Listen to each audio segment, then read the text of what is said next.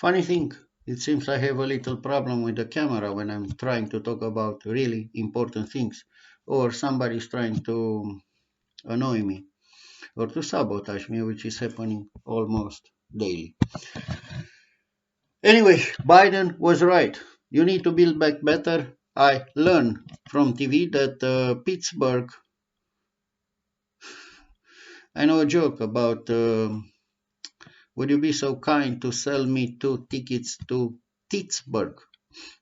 But I'm not gonna, it was a Freudian slip there. I'm not gonna tell you the joke today. Maybe another time. Yet, Pittsburgh, a city of steel, as I do know about that, has a lot of bridges. Lot of bridges. Even President of the United States of America was not aware of how many bridges are in Pittsburgh.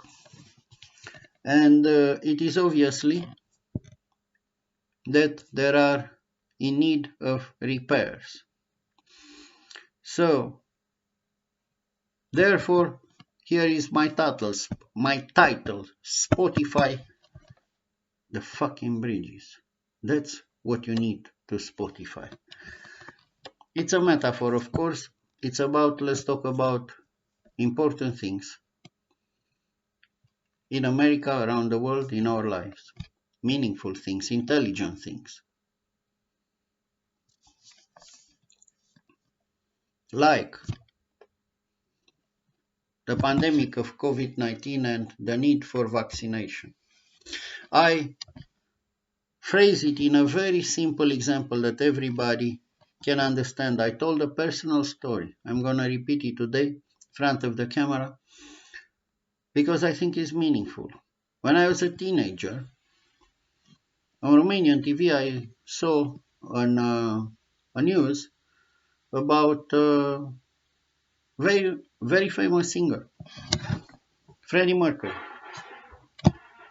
that told the world, to my profound shock, and I'm sure I wasn't the only one, that he had AIDS, HIV, and AIDS, and I knew even in Romania that is a terrible kind of disease. It's a terrible thing to say something like that, and then in a very short period he died, which was a shock to me and the end of innocence, if I would say like that, because it was obvious that you need to use a condom and to protect yourself, no matter what. It's not a matter of religion, it's a matter of public safety and personal protection and protecting your own life. I thought about it. COVID-19 is real. People are dying in the hospital, in the emergency rooms, and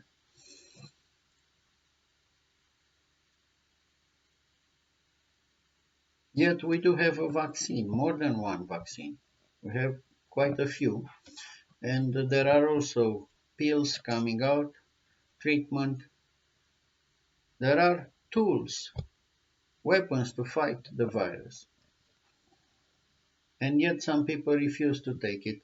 I look at this situation, a personal choice, my body. There is no government entitled to tell me what to put in my body and when.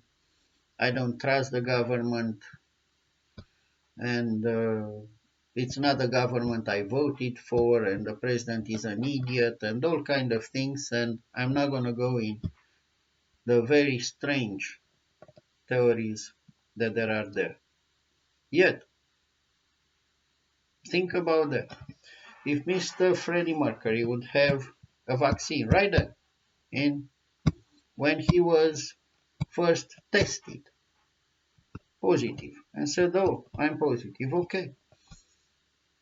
I go to a hospital,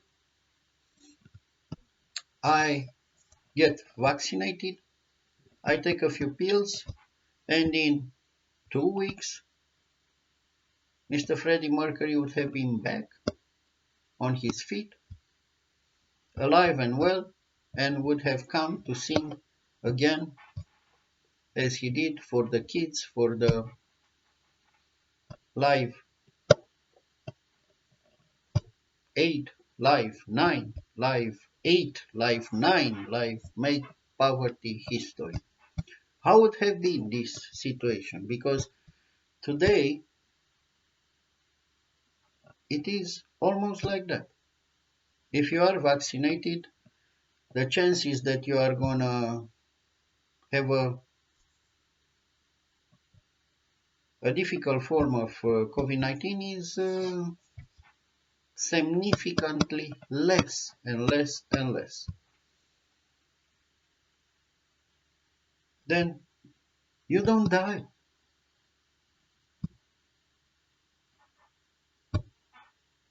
Yet there are people there that are talking about anti-vax and a lot of, and they are not alone.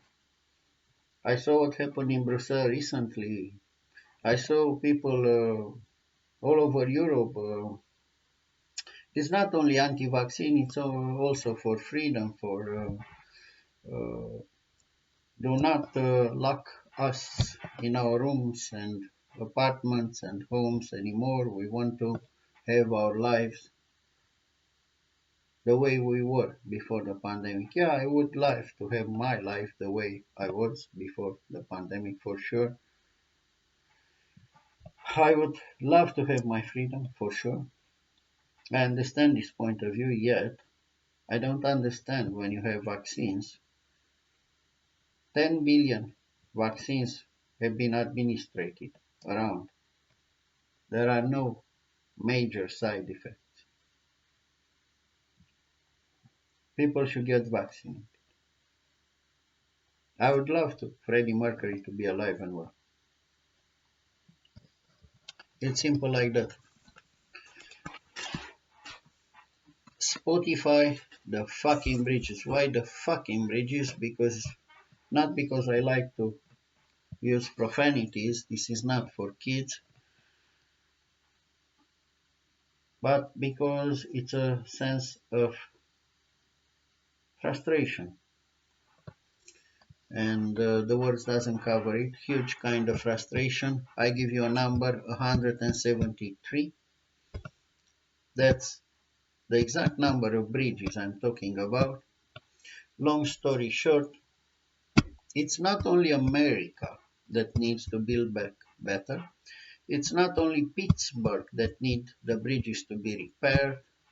Also, Romania needs to build back better to take care of infrastructure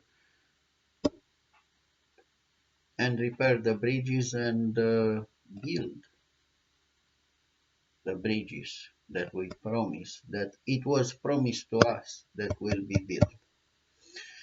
Long story short, I'm talking of a famous contract, Bechtel. I don't know if it is Bechtel, Bechamel. I don't give a flying fuck. What I do know, and it's a fact of history, that in 2013, at the end of the year, 2003, at the end of the year, the Romanian government signed with great joy and happiness, which is easy to understand, a contract with number one company, American company Bechtel, and one of the first 5 companies, construction companies in the world. If you look there, it's an amazing kind of resume. They build everything like entire towns, power plants, railroads, highways, dams, smart cities now. Amazing kind of resume. I would have signed it with my eyes closed, and especially that in 2004 we joined NATO. It's about America, it's about our partnership, it's about being together, strong with our friends and partners. We have 140 years of friendship with America, as the American ambassador mentioned it in a public interview. I didn't know that we have so many years, but it's very good. Anyway, they signed a contract 2004, they start working. It was supposed to build 415 kilometers. 173 bridges and many overpasses and this and that. It was supposed to be great. Yet in 2013, the last payment was made, 37 million, something like that. The entire project had been delayed, and basically it was the story of the producers. You know the movie, The Producers? Basically they made more money if they delayed and they did not work because the contract was written with high penalties. And it was convenient for them not to work, not to build the bridges, not to build the highways. The highway, it was 415 kilometers, because of those penalties they make more money if they let the machines sit in the parking lot and bill and bill and bill us and bill us. And long story short, from 2.2 billion, the project balloon. What a big balloon! Almost 10 billions year after year, different governments, lots of bullshit. One thing I know for sure, a lot of discussion, debates. The Romanian need a move that infrastructure thing didn't give us the piece of land. We didn't know where to. Lots of bullshit. I did not hear the American ambassador or the managers, the fighting on TV to finish, to work, to give them the opportunity to build 415 kilometers, 173 bridges. It was good. Oh, no. If we didn't build anything this year, the money, we siphon the money, We siphon the money, and we are talking huge amount of money.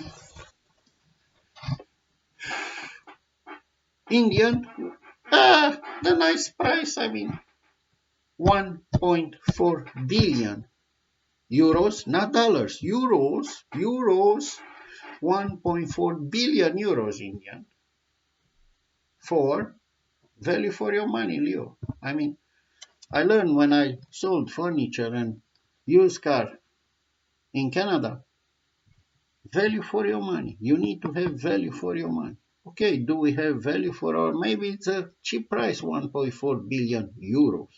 Maybe for what they built, well, they built 52 kilometers. That's all they built out of 450. I don't know how many bridges, but very few, definitely not 173, and 60 something kilometers that they were not finished and under the standard, substandard, at a very affordable price of 1.4 billion euros paid by different Romanian governments to our friends and partners, the Americans. Number one company, construction company in America, Bechtel, that came highly recommended by the American government. That's the story with 173 bridges. And it's a well-known story. It's not a secret investigation, a theory of conspiracy bullshit. It was all over the TV. There are many. Actually, I took the numbers from many documentaries that the journalists in Romania made about that situation. Yet the Romanian government paid one government after others, and that I was in Canada at that moment. I lived in Canada for 14 years.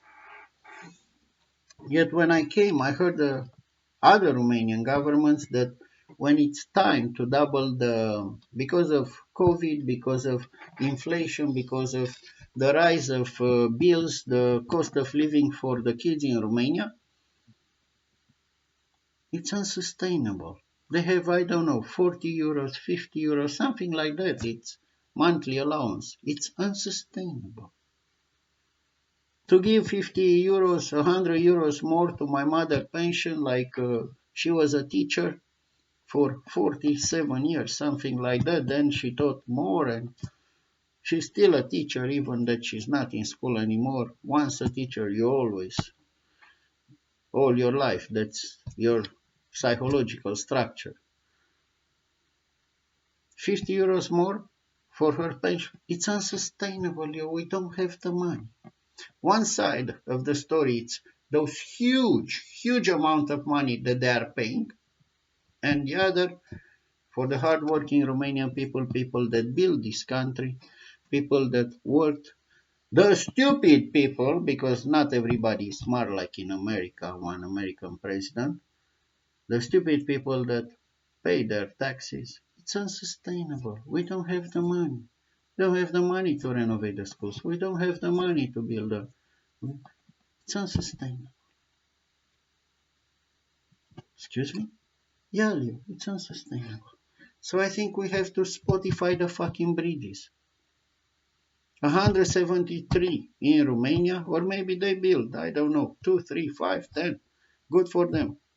I didn't count the bridges, but definitely 52 kilometers is not 415. And 1.4 billion euros was paid for the from the budget of the hard-working Romanian people. That is obviously not right. Not right. Under no circumstances we are gonna put it as they did, put it under the rug. I don't know.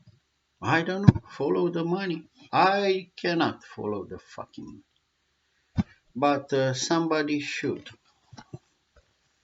So that's the explanation of the fucking bridges. Because if the bridges would have been built, if the highway would have been done, 400 according to the contract. You sign a contract, you keep the contract, partner with partner, friend with friend, right there. It's a matter of honor, it's a matter of dignity, it's a matter of keeping your word.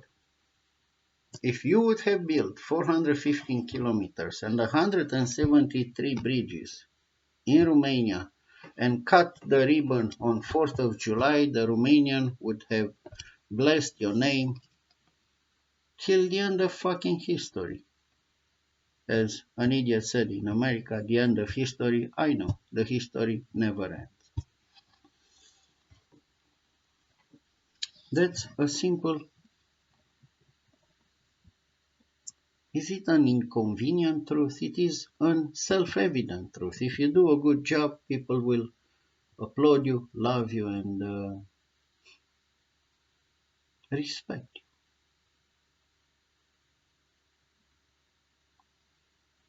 It is beyond my understanding why they didn't do that, but apparently those money were supposed to be siphoned of Romania with no work. No work being done. With a lot of other pretexts that I'm not going to waste my time now. This is the result. So, I see a bridge in need of repair in America, and obviously, my mom paid for that, my father, the hardworking Romanian people paid for a contract that was not fulfilled. It's obviously that I think about 173 bridges in Romania. But Mr. President Biden is right. He came a few months after 2013, last $37 million were paid just to get the fuck out of the contract with Bechtel because they siphoned and they asked for more money and lawyers and this and that. And a few months later, Mr. President Biden came in Romania and explained us that we look up to him as vice president at that moment of the very charismatic gentleman called Barack Obama, the President of the United States of America, a person that I admire a lot, as I did admire Mr. Biden too. I still do in some respects, for sure. And Vice President Biden keep us a speech about the danger of corruption. It's on YouTube. You can hear it. It's in English. It's inspiring.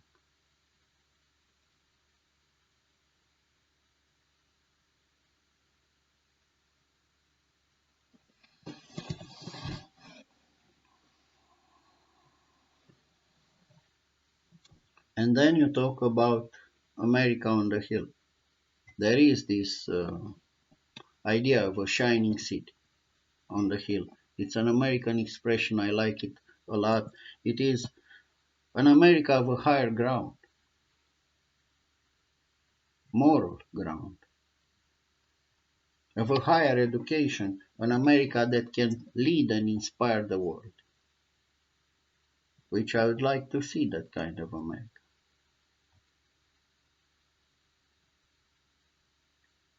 Easy?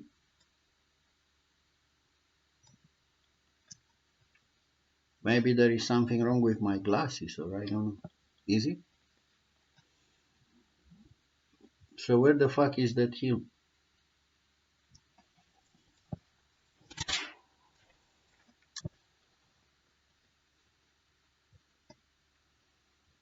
Where is that hill of a moral ground, higher moral ground, of the leader of the world, with capacities of leading the world?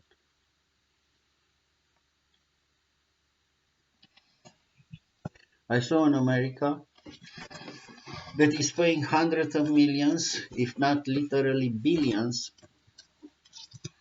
as I researched recently for horror kind of movies, literally horror movies. I got angry, and why I'm researching that? Not because I wake up every morning and I look for dirt to criticize America, but because I went to the mall and I saw a movie that I thought is good and inspiring and educative. It was The Green Book, and that's the name of the movie.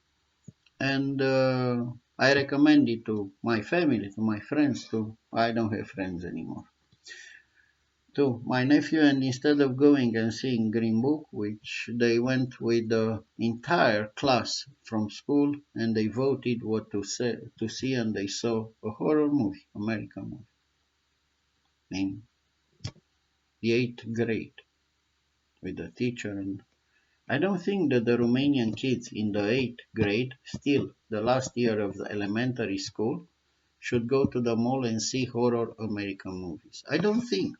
I think every fiber of me, everything that my mom taught for 47 years, say 50 years there, is revolting. And that's why I start looking. I looked 5-10 minutes about horror movies in America and the budget. First 10 horror movies, the budget, and that is when I had a real shock. As I have a real shock with the numbers of Spotify and Mr. Rogan, and because the budget of those movies are incredible. And the revenue from those movies are incredible. We are talking billions. You know, what you are buying and what you are paying for, it is a measure of your culture and civilization, of the level of education of your people there, your citizens, what you are consuming in terms of culture, so-called culture. I think definitely there are better movies that our kids should see. So I see an America that is paying hundreds of millions and billions for horror movies, rap music, again the music industry. It is terrible. I don't know intimately the music industry, but if I check and I saw a few documentaries and that it's incredible for what you are paying for there. Rap music, glorifying gangsta lifestyle, use of guns and drugs and gang.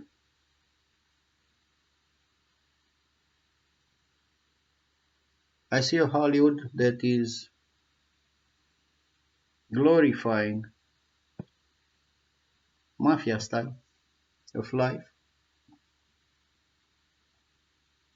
and I think to myself, no, this is not a wonderful world. I don't see trees are blue and things like no, no, no.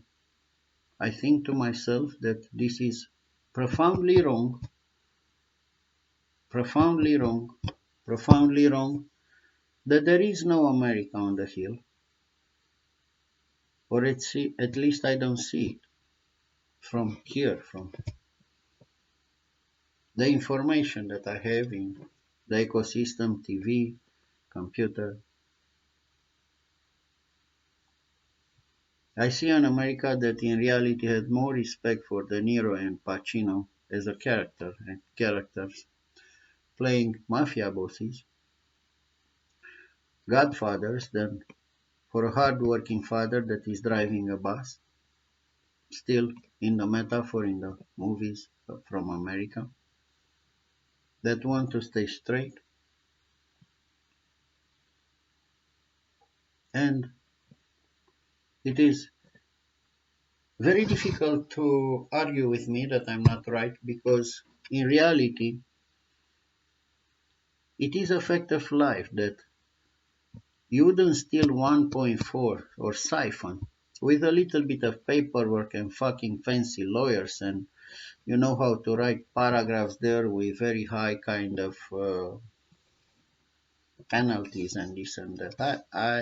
I don't have a respect for that.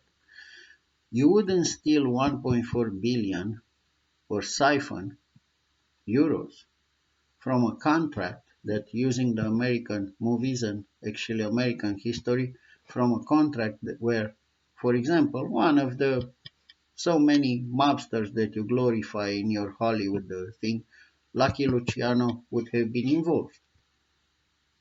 If Lucky Luciano said, hey, I need a highway from here to there, 415 kilometers, and yeah, now 173 bridges.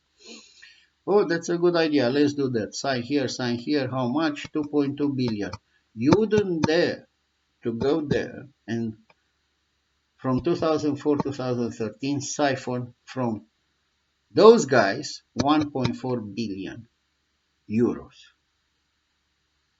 Yet, for the hard-working Romanians, from the Romanian nation, from the Romanian people that waited for you, the Americans, since 1947, 2004, we entered NATO. We have 70 or even more. I don't have all the numbers. I look 40 something terrible hell on earth kind of communist prisons where people died with your name and the hope of the Americans will come and bring freedom, democracy, and all of these back to our country. They died there by the hundreds of thousands. Have no respect for our suffering in history. Yet you came and you siphoned the money. So it is obvious that you have more respect for your own mobsters than for an entire nation that worked very hard, paid the taxes, and gave you one of the most important contract in this country, and our trust, our uh, friendship, and our partnership, our hand. What you did with it? It's beyond my understanding why this happened because it's not good for the Romanians that they are driving every day there and to the mountains. It's one of the most well-known tourist areas from Bucharest to Dracula Palace and Castle, and there in the mountains to ski, and they are sitting in line with their cars by hours. They don't have the bridges, they don't have the highway. And America lost a lot of prestige, obviously. You got the money, but you sold your soul.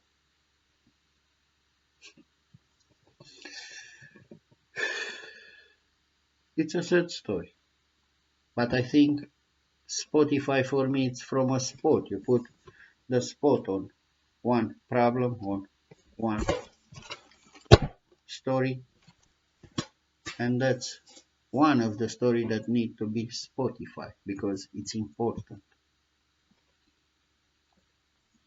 Second thing I talked about internal politics in America, which is for me is no excuse because the broken system and your terrible kind of internal politics are affecting millions of people in America but also outside America. The obvious example is the fall of Kabul, the retreat in Afghanistan that undeniable is reminding us of the fall of Saigon. Yet, when America focused on the job, America put together a plan, put their muscles into it in only 17 days and nights, they were able to save 120,000 people, which is probably the biggest operation like this, logistical operation like this in human history. 17 days. Amazing. Yet, what did you do since 2014 or something like that when President Obama and President Biden, Vice President, wanted to give to the Afghani people and the Afghani government the command, take a step back, 2014, 2022. Yes, Trump made a deal with the Taliban. It's not my fucking fault. It's not the fault of a short Romanian guy in Romania with a strong accent. What your president that you elected there, I'm going to speak later about that, did with the Taliban without inviting Ghani, what I saw on TV, on the news is a terrible, another terrible humanitarian crisis in Afghanistan. It is snowing, it is cold, people are starving, a disaster. And I heard that Romanians fought there as member of NATO partners with all the other NATO countries, 30 countries in NATO. Romanians went there for 16 years, if I have the correct information. I think I do. And what is the result? Who is paying the bill? Who paid the bills for that? The budget and this? The hard-working Romanian people. Generally speaking, I don't like to lose. It's a personal opinion, AAA. I don't like to lose in front of the Taliban. I don't like to see girls that for 20 years almost they have a normal kind of life, hope in life, to go to school, to have a career, to go to work, and now they don't. Suddenly everything shut up and shut off. And broke my heart and see so many people left behind, friends and partners. Broke my heart. Even that I wasn't directly involved as a decent human being. Broke my heart. 17 days, 120,000 people. Imagine if America would have been focused on the job, would have a clear strategy there, not changing presidents and what kind of presidents, like you did, and your internal politics that you cannot get anything done. See the efforts of President Biden of with Build Back Better and two Senator Manchin and Sinema were able to derail a legislation that would have been helped tens of millions of people. I understand democracy, one person, one vote, but at a certain point there is a common good.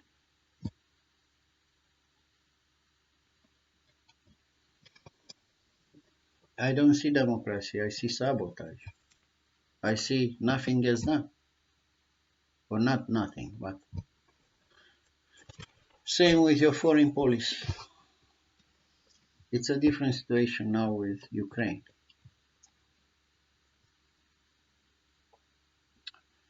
And then I look up there and I see the crisis in Ukraine again. I have a feeling of deja vu. By the way, you should read my book. Where is it? Right here. One day I'm going to publish it, Why We Don't Read Moromeții Anymore. Moromeții fiind a classical Romanian novel, talking about a patriarch, a father and a husband who wants to keep his family together in a small rural village, between the First and the Second World War. Classical novel that maybe we do have something to learn from it. It is relevant today, or maybe is not. That's the debate from the title. You have to read it there, but I also wrote about the Berlin Wall, the East and the West, the Pact of Warsaw, and NATO, the way I grew up, being part of the.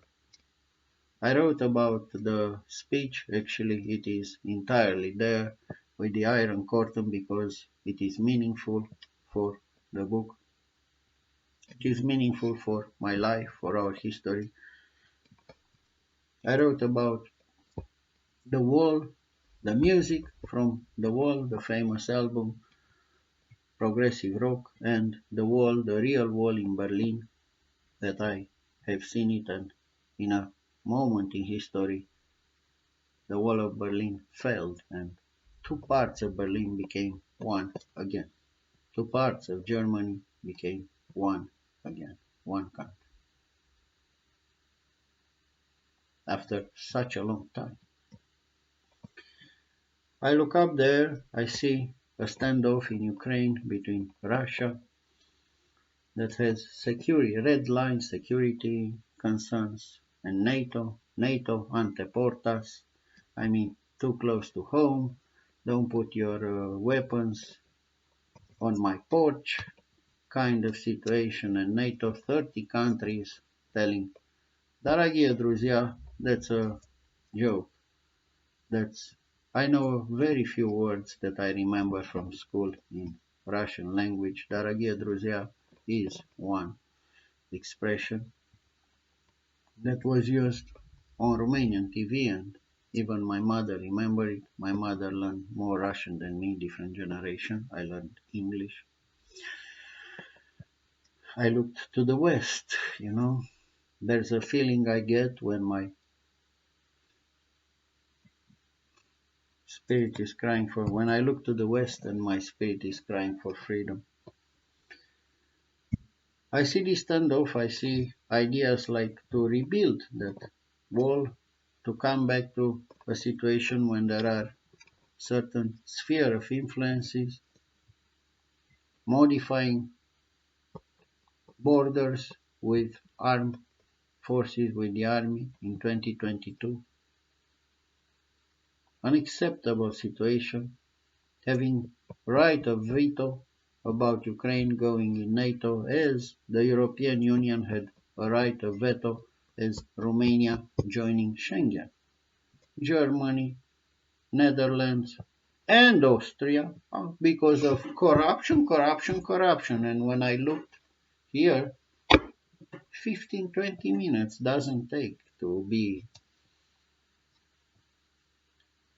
a detective or something like that. Just read a little bit. There are so many corruption cases in their own countries, huge corruption cases. But they said veto for Romania to join Schengen because corruption. And then that was wrong. And Putin, President Putin wants to have a veto right of Ukraine joining NATO, which is also wrong. As Ukraine is an independent country. It is what it is. We cannot, like the Beatles used to sing, back in USSR, back in. I told that story before. I never, the White Album, I never understood what is that song all about, because we tried very hard to get out of the Russian influence, the USSR influence, and look to the West, join our natural place in Europe and with the Western allies. And now we are member since 2004. Romania is member of NATO. I looked up and I see in the United Nations Security Council five nations, 5 countries: China, USA, Russia, United Kingdom, and France. And I would love to have peace, stability, and security for me, for my mother, for my family, for my friends, for my country, for our continent. What do I see? I see a standoff between Russia and USA, yet USA and NATO over Ukraine. Russia, member of the Security Council, USA, member of the Security Council. United Kingdom and France, member of the Security Council, permanent members of the Security Council at the United Nations, the highest organization on the face of the earth, theoretically speaking. So, 1, 2, 3, 4, 5, China, USA, Russia, United Kingdom. I see Russia fighting with 1, 2, 3 of them, and synchronizing their position with China. So in the Security Council we have Russia and China against USA. And there is another situation with China and USA and NATO having a global war for supremacy. They both want to lead the world. China is rising. China is already here. Big, strong, global power, cosmic power, space power. They will have their Olympics, and I would love to see their Olympics relaxed and in peace. Actually, it's not their Olympics. They are the host of the Olympics. The Olympics are our Olympics. Our. Every state, every country, every nation that send athletes there, and they want to enjoy the beautiful show. China is the host of the Winter Olympics in Beijing, and they made history because they had the Summer Olympics and the Winter Olympics. First time in history, the same city. Beautiful. Yet, where is our security? Peace and security. United Nations Security Council. China, US, Russia, United Kingdom, France, these are permanent members. In my simple mind, I understand that they are in charge with world security. United Nations. What they are doing?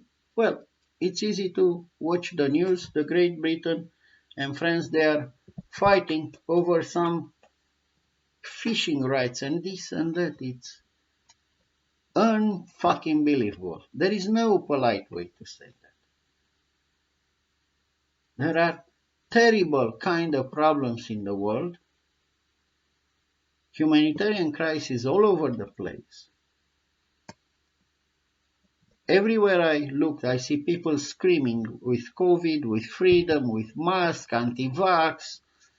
People in the streets from Brussels, anti-vax, to Kazakhstan. People shooting each other in the streets, buildings being burned, protesters fighting with the riot police. It's not peace and security for our families, for our loved ones, for our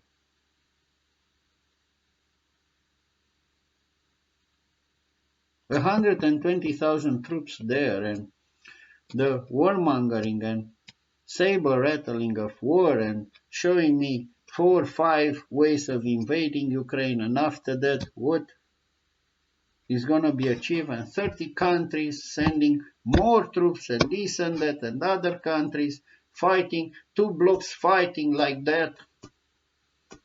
I don't see peace and security. And to my dismay, is the word in English, when I look, all of those countries are members of the United Nations Security Council. I mean, they are in charge to bring peace and security. And they are fighting like idiots, in simple terms.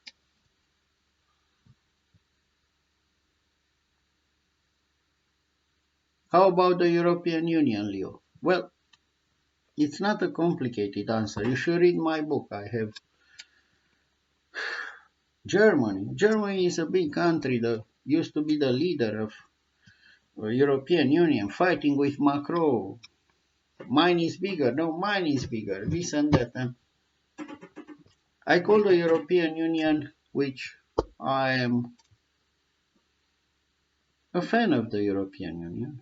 I understand the rationale, the logic behind people coming together. Together we are stronger. If we stand alone, we might fail. It's simple like that. But European Union is something that I call an animal farm. It's a metaphor, a reference to famous political cartoon, where some animal, there are 27 countries, independent countries, sovereign, but some animals, countries are more equal than others. And there are many examples. I'm not going to go there today. I see President Putin in the news for the last several years, not for the good reasons of bringing peace and stability to our countries. On the contrary, fighting the propaganda war with the West, from the punk music, which was profoundly stupid, to use something so trivial like that, to very serious cases of poisoning people all over left and right. Now, reasons and explanation and so many other things I saw there. They were member of the Secret Service and this and that and KGB and turned and sold the secret. You know what? There are 2 cases about the guy that, the gentleman that was, the man that was poisoned with polonium. I'm not going good, bad, or things like that. I would like to leave, and there is another famous case with Novichok. Not only one, actually. It was Skripal in England and Navalny in Russia. Terrible times.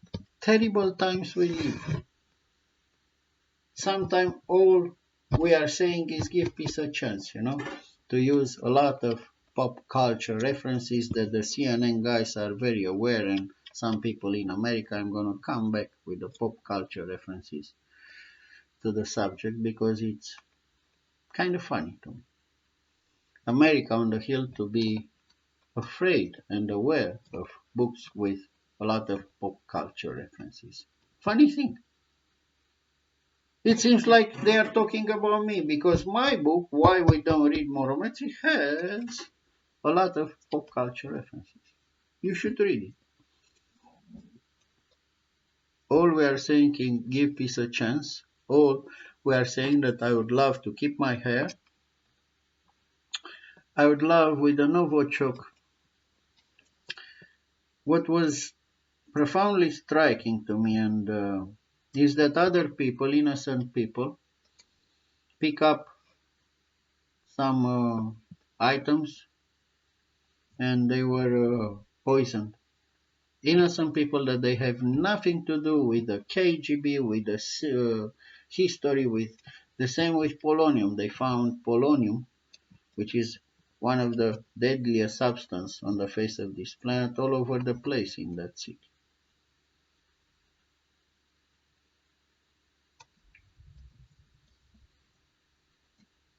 You cannot behave like that in a civilized world. In simple terms, in simple words. Polite or not polite, gold plated, they play games on CNN or in Lavrov and Blinken and gold-plated polite answer. Yeah, it's a direct reference to an gold-plated or solid gold plate that John Lennon put on his record books, a record company there, with a famous quote from his father, as the guitar is good for your hobby as a hobby, but you'll never be able to make a living with it. And obviously, it's an irony that John Lennon became really, really famous with that guitar and many others later on. It's a story that I put in my book as Follow Your Dreams, and sometime they will become reality. In the same time, you can take it either way. John Lennon was killed, shot, as we all know. So, gold plated, gold solid, no fucking gold. Who cares about the gold? It is polite enough and it's a fact of life that I would love to live in a world when the tectonic plates of geopolitics are not fighting like that all the time. I wrote in my book Why We Don't Read Morometsi that I'm gonna publish it soon. That it's a fact of life that I grew up being a member of the Pact of Warsaw and we fought the West. That's how I grew up. That's what they told me in school and not brainwashing me. We didn't care about that. My generation didn't care about this kind of fight. And on the contrary, we enjoy a lot of things that came from the West, English language, rock music and books. And I had a lot of books translated in Romanian, books about American presidents at the White House, a lot of books about the Western culture. So at a certain point, it was a certain degree of freedom. We were not brainwashed to love the Daddy Stalin or something like that. I was born in 67. I was 2 years when Woodstock happened, but later on the music from Woodstock was important, strong and meaningful enough to go across the Berlin Wall through vinyls and tapes at that moment, and it was important for us. It was more about peace, love and happiness than let's hate the Americans or let's hate the West because they are decomposed and hmm, funny thing, they don't have the moral ground. Funny thing, eh? Anyway, I would love to live in a world when I can keep my hair and speak freely, polite or even unpolite. It's a matter sometimes of temperament. Some people are more gentle speaking, like they want from Biden, some they want more fire, more. You don't have to scream all the time or show your muscles. It's a matter of temperament. Some people are more Latino, more temperamental, and some people are more, they call it phlegmatic or calm. I think the phlegmatic kind of guys are more dangerous because with a volcanic kind of guy, you know where you are staying. With me, when I'm angry, I scream. And you know I'm angry. A guy that is showing his feeling, which then he calms down. There is rationale and logic. Then with a guy that is smiling to you, sure, shaking your hand, and then he's doing a lot of bad things. And you think he's your friend. So I would love to live in a world where I walk my dog and I saw some pet from beer and things like that. Some idiots, they don't know how to put garbage in the trash can, and I pick it up and I throw it in the trash can there. Yet I have to have some plastic because I don't know. I would love to live in a world when I will not be worried about those kind of things. Doing a good things, the simple good things of picking up some trash and putting in the garbage wouldn't be a threat, a possible threat to our lives. How about that? And yes, I would love to see Russia that is not going anywhere, obviously. When I was born, Russia was there on the territory. It was the USSR, yeah, but that's another story. Romania is not going anywhere, NATO is not going anywhere, and Ukraine is not moving from there. So we should learn how to live good neighbors one to another, peaceful kind of coexistence. I learned the expression, but there is so much meaning behind that simple words, peaceful coexistence. And I would love to see a member of the Security Council, the permanent members, working together to achieve those simple tasks of peaceful coexistence and trying to solve the real problems of the world, which are very complex and complicated. And we have Mr. President Xi Jinping. He is keep telling to the Russian counterparts, to the Russian, not to the Russian, to the American for sure, stop playing with fire, which is a metaphor, of course. It's not that Mr. Biden is juggling those kind of things or Donald Trump before. What is happening in Ukraine, that much I understood. It's important because China is watching the reaction from the West, assessing the response, and they have their own situation there with Taiwan. And Mr. President Xi Jinping told the Americans and NATO stop playing with fire because Taiwan is a hot button from us and we might lead to war. It's another terrible thing. Why war? Why?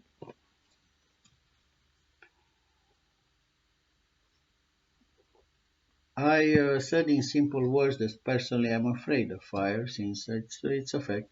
I'm afraid of fire since I was a kid. I don't like fire that much. I like water. I can swim.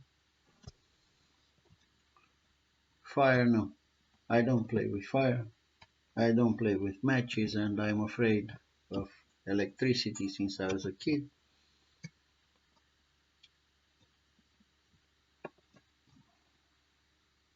Playing with fire for me reminds me of a book. Of a book. I like books. I like movies. I like music. I like people talking with other people, debating, calm, nice, sometimes passionate, but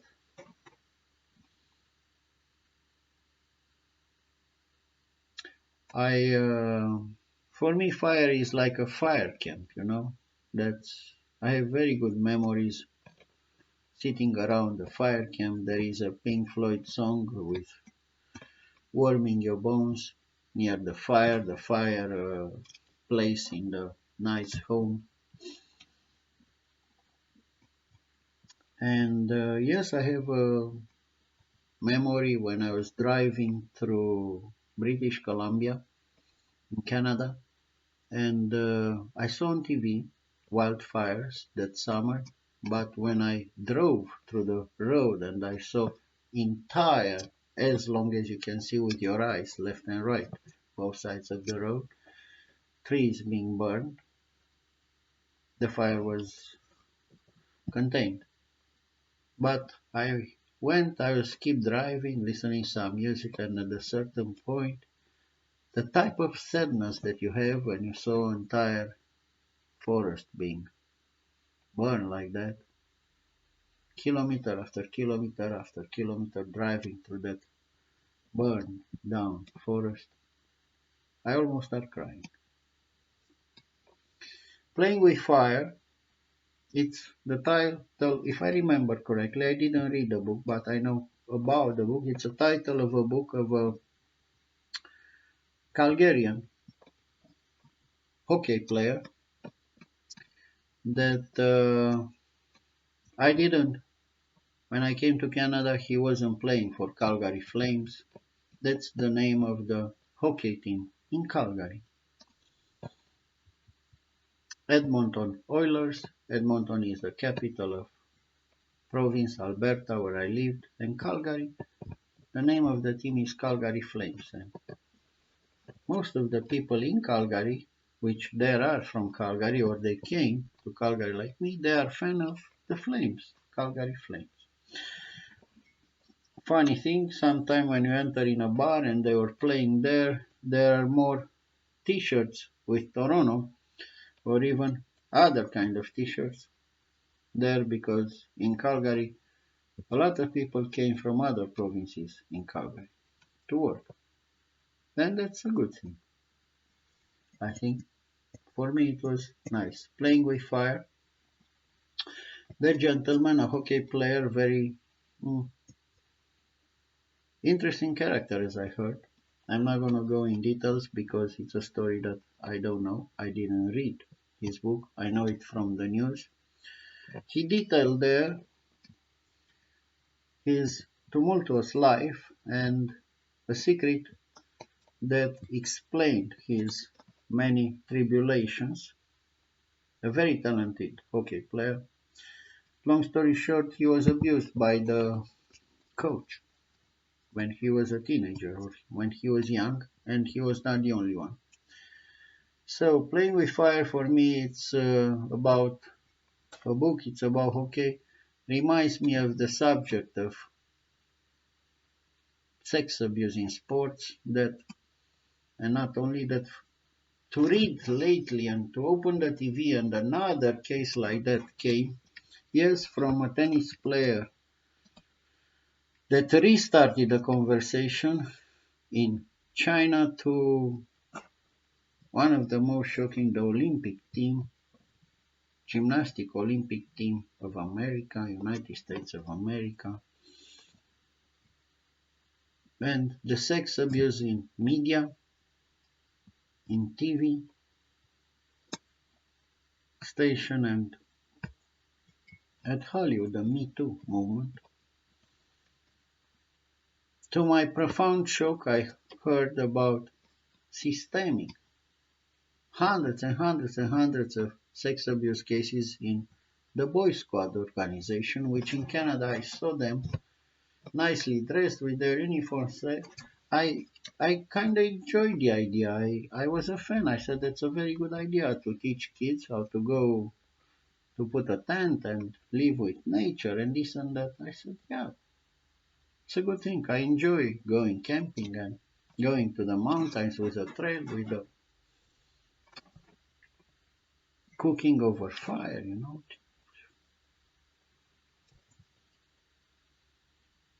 Singing with a guitar around the fire. Who knows? High hopes, unplugged. And then, of course, the horrific details of hundreds and thousands of abuses in the Catholic Church. My simple question about that is, what is wrong with you people? Spotify the bridges. When are we going to Spotify our common humanity? How come that all of these things happen in our lifetime? That's a good conversation to have, to Spotify that. How is that possible? It is beyond my understanding. I don't have the answers. I gave example what I saw on TV, Romanian TV one day, a reportage made by the Italian journalist about the sex trafficking in Italy, in Bari, but not only in Italy, it's all over Europe. Recently, BBC was nice enough to replay a documentary that they made about human trafficking from Romania to their own country, and the effort that they are doing, it's good, but it's not enough. Literally, it's not enough. About a young boy, 10 o'clock in the morning, going there, offering himself to give a blowjob to the journalist that was driving and trying to document the situation. It was one of the most shocking scenes that I've seen in my life, because it's the first time when I see first front and center like that.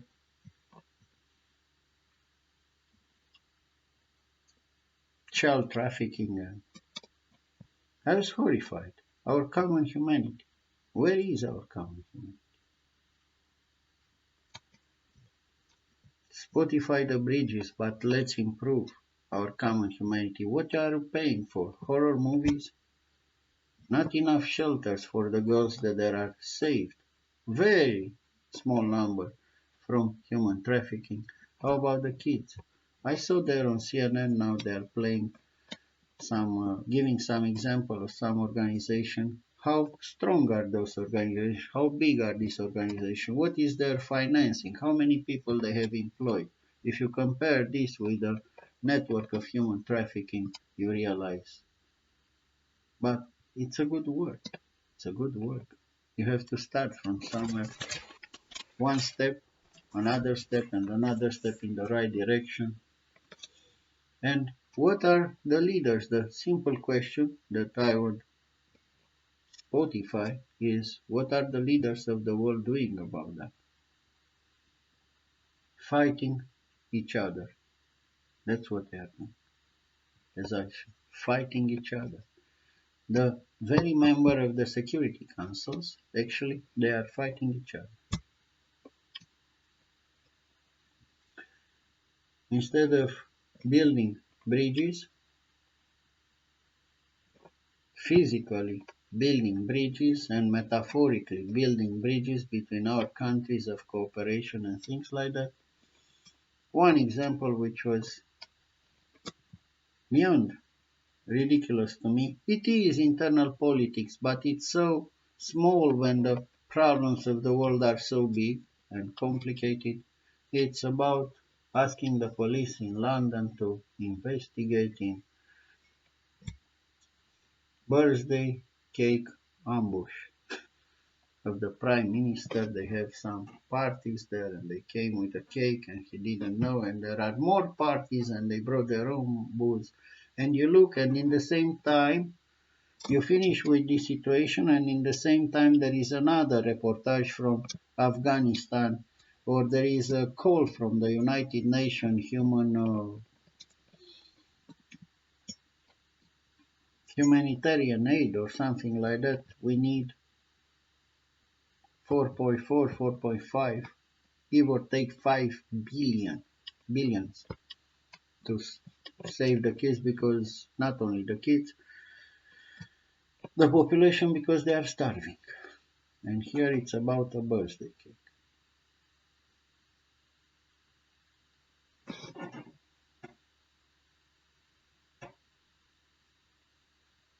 Happy birthday to you.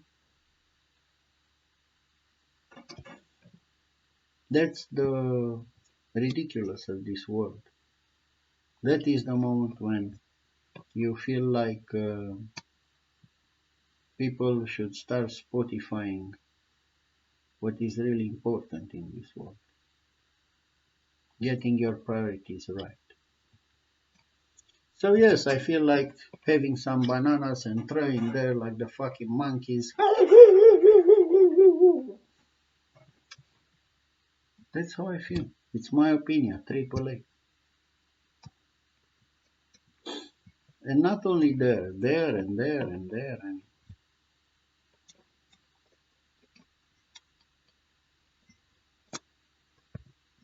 unfortunately, I look and I see a culture in the West that I admire since I was a kid. I'm not a kid anymore. I start reading the lyrics of the songs that I hear and I enjoy. I start having a different kind of understanding of the meaning of the lyrics that I sang and I enjoy and I bought. I paid hard work money for their albums, for their books, for their movies. I see a culture that is very permissive with that kind of sex abuse, that is advertising depression and suicide.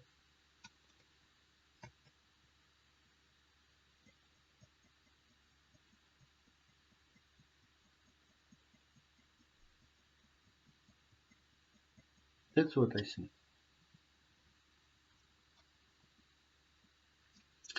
And I feel like asking what's going on or what is wrong with you people, or actually more passionate, what the fuck are you doing about that? Or what the fuck are you doing with our lives? What the fuck are you doing about that?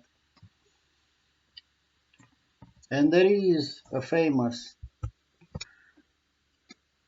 question that came in my mind to ask the East and the West. I would like to ask the West if they like the smell of napalm in the morning.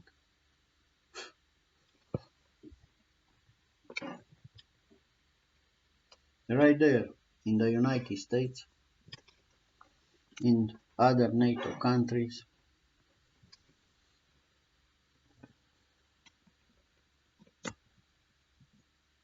they played the Beach Boys lately on CNN,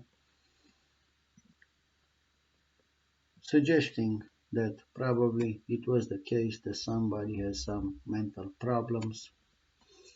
Mr. Brian Wilson, I wish him all the best. There are no mental problems here, as some other people suggested. There are simple questions, meaningful, yes, from the pop culture there, references to famous movies that I would not like to see repeated in real life, inspired of real life events, Apocalypse Now of Vietnam, then it was Iraq and Afghanistan, the Russians in Afghanistan, the Americans in Afghanistan, civil war in Afghanistan, the Taliban's, the retreat from Afghanistan, Taliban's in Afghanistan. It was Korea, and now we have a North Korea and a South Korea and the DMZ, the heaviest armed region in the world.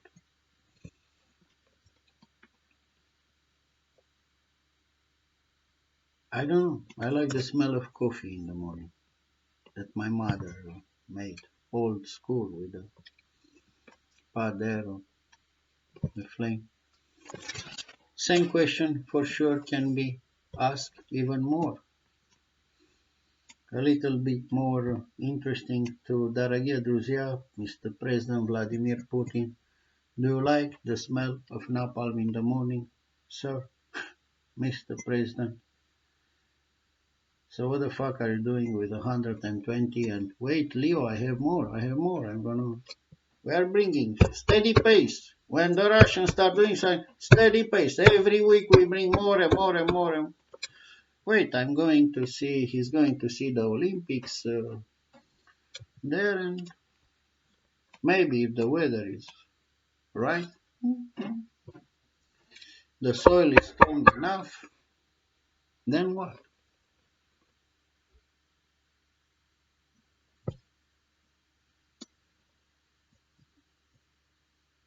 I can ask Mr. Vladimir Putin if he likes Wagner more than Tchaikovsky. Who is the best, the East or the West? Blackwater Group or Wagner Group? Because both they have private armies in America. They make it during Iraq War, and Mr. President Vladimir Putin has Wagner Group, private army.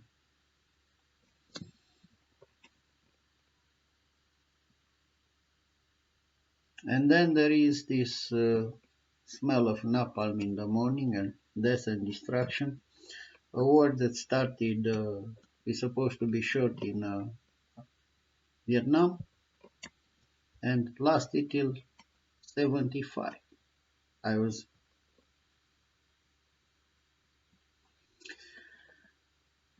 a kid in 75, but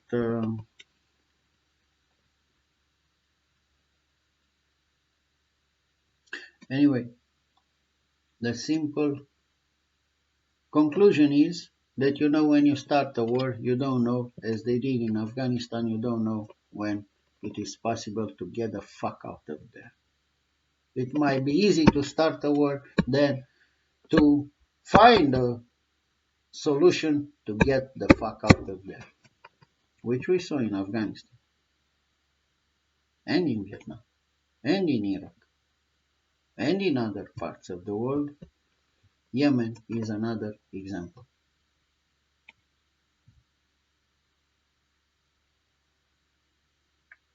Personally, I like Tchaikovsky more, very much. I like Tchaikovsky. I like schools with teachers that teach you about the beauty of music, and I like this very much. And not only classical music, I grew up with classic rock, keep on rocking in the free world. Yeah, I like that one very much. 3 vaccines.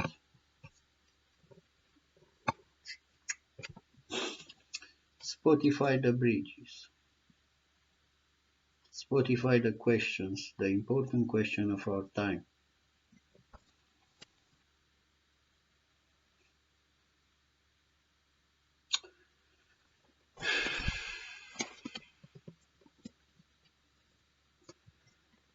There is a huge need for bridges. Actually, I don't have to tell Vladimir Putin about when he took Crimea with green soldiers, they were not his. He didn't know, maybe they came from Mars. Then he built a beautiful bridge there, I saw it on TV. Very nice bridge. When the Russians came in Romania, no bridge. No bridge built. They took everything they could. Factories, давай час, давай Batista, давай. Even when we gave them, for self-keeping, friends and partners, entire national treasure as friends and partners. In the First World War, when Bucharest was under German occupation, we have to evacuate, and entire national treasure was sent for safekeeping to Moscow, to our friends and partners at that moment, the Russians. Even Mr. Lenin said that they will return it when the Romanian people will be in charge in Romania. I think the Romanian people are in charge in Romania for a very long time. Only gold, talking about plated gold. Yeah, we can talk about gold. I have no problem. I don't wear gold. I don't need gold. I'm fine. I'm fine. But 93 tons of gold being given for our friends and partners for safekeeping, and they did. I mean, when Russian takes something, they keep it safe. I mean, and for generation for, and they return it cultural artifacts meaningful for our history in the amazing value of 33 kilos. 93 tons, 33 kilos. And it's not only about gold. I talked about that there are amazing, amazing, amazing important artifacts there, art and books and coins and jewelry of our queen.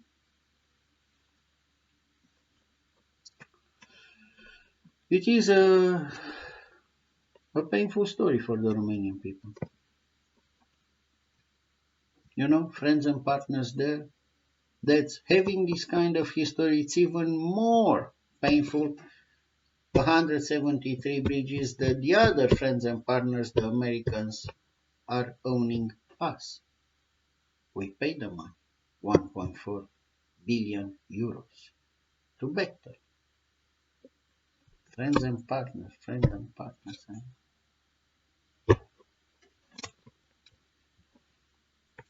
What the fuck a friend and a partner means anymore? If we live in a situation, in a society where words are lost, are of meaning, when good, as yesterday I was hearing Dubai Together at Home concert, David Guetta there when the lady is keeping the speeches, right there. Bad is good.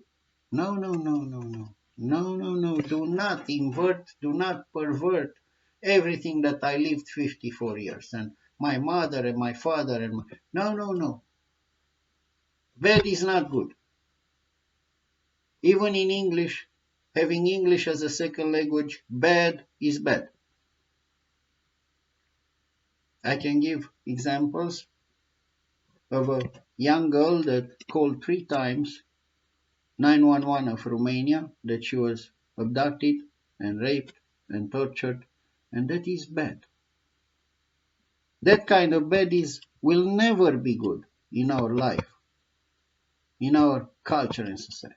That is what you are trying to legitimize. You sing about hell and right, and I said, why don't you go a little bit and stay there for 2-3 weeks? Reenact a little bit the life in a barrack of Auschwitz, or you are invited to have a trip in Romania, eat nice, drink some excellent wine, dance in some clubs, visit some Dracula castle or the House of the Republic, the Palace of the Parliament, one of the biggest buildings in the world. Visit what you have to visit. And if you go and visit the communist prisons here, and you hear the story and see the documentaries, you realize what hell on earth really means. You are not going to sing about it and tell me that bad is good. That's the type of perverted culture and civilization that you have there. So, President Putin built a bridge in Crimea. President Biden is working hard to rebuild his bridges in America. What I see on the news is, unfortunately, are drug addicted people in Afghanistan under a bridge.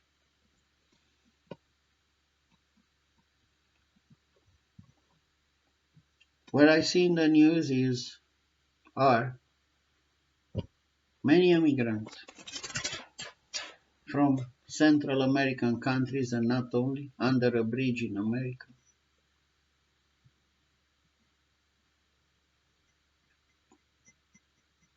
All of them looking for exactly what I'm talking today about peace and security in their lives, in their country, for their families, on their streets, in their neighborhood.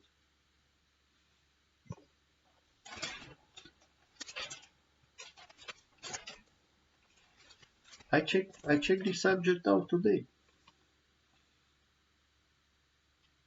5 permanent members of the United Nations Security: China, United States of America, Russia, United Kingdom, and France, and all the others.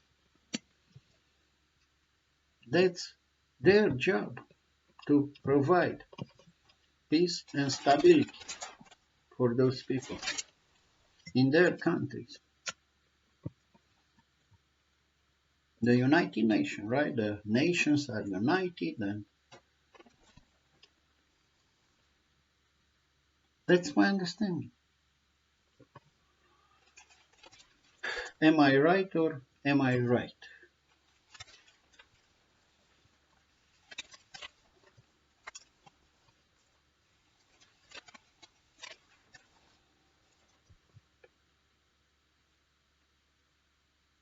What they need, those people under the bridges of the world, is basically peace and security, but also opportunities in their own countries. And yes, vaccines. Hello, Spotify. Vaccines, they need vaccines, and not only delivered or donated, they need the infrastructure to not to get ill by the thousands and thousands of COVID. That's what they need.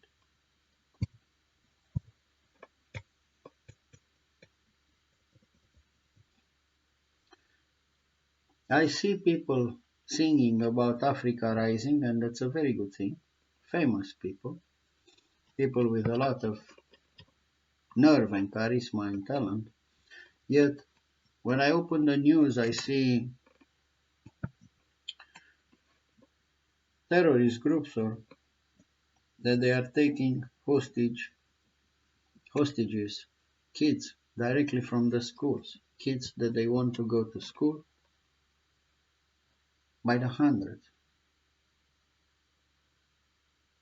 It is difficult for me to understand that, but it is the world that we live in. And I will read later on what is Spotifyable today.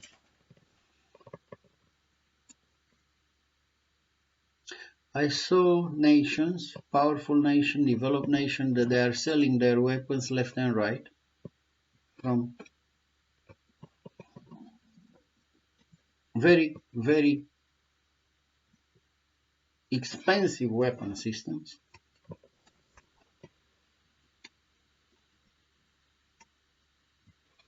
Patriots, S-400 and Iskander, and so many. They are all expensive, but in the same time, nobody has a fucking idea who is going to feed the refugees that those kind of tension are producing. I read today on PBS that almost 750,000, 75,000, 100,000, 100,000 people were displaced in Ukraine because of the conflict there, and the big Holoimas didn't start it yet in Ukraine. There is a shimmering war going on for years, and already 15,000, 15,000 people died there. So if they are talking and talking and talking about peace and security, and everybody has the red line, Mr. Putin has the red line, the Americans this, how about our red line, my red lines, to live with my family peaceful and happy, and write my book, publish my book? Spotify this or Spotify that. How about? Everybody's talking about respect, being polite, red lines, different gray lines, and other kind of lines, yellow lines, but nobody is respecting anybody. If you watch the news, that's the situation. So definitely, who is going to feed the refugees?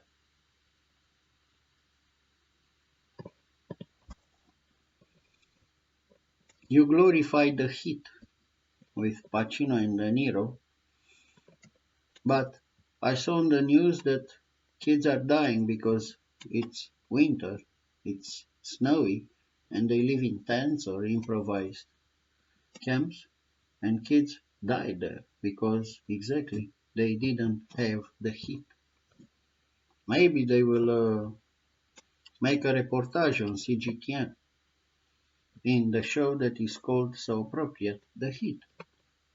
It's a good title, The Heat. A lot of people do need heat to warm themselves.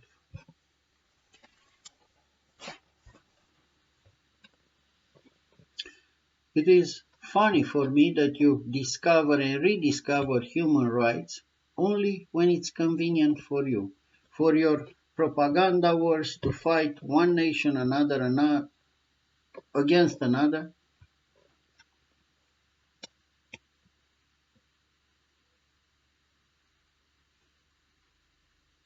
Yesterday or 2 days ago, it was 2 days ago, it was a day of remembrance of the Holocaust.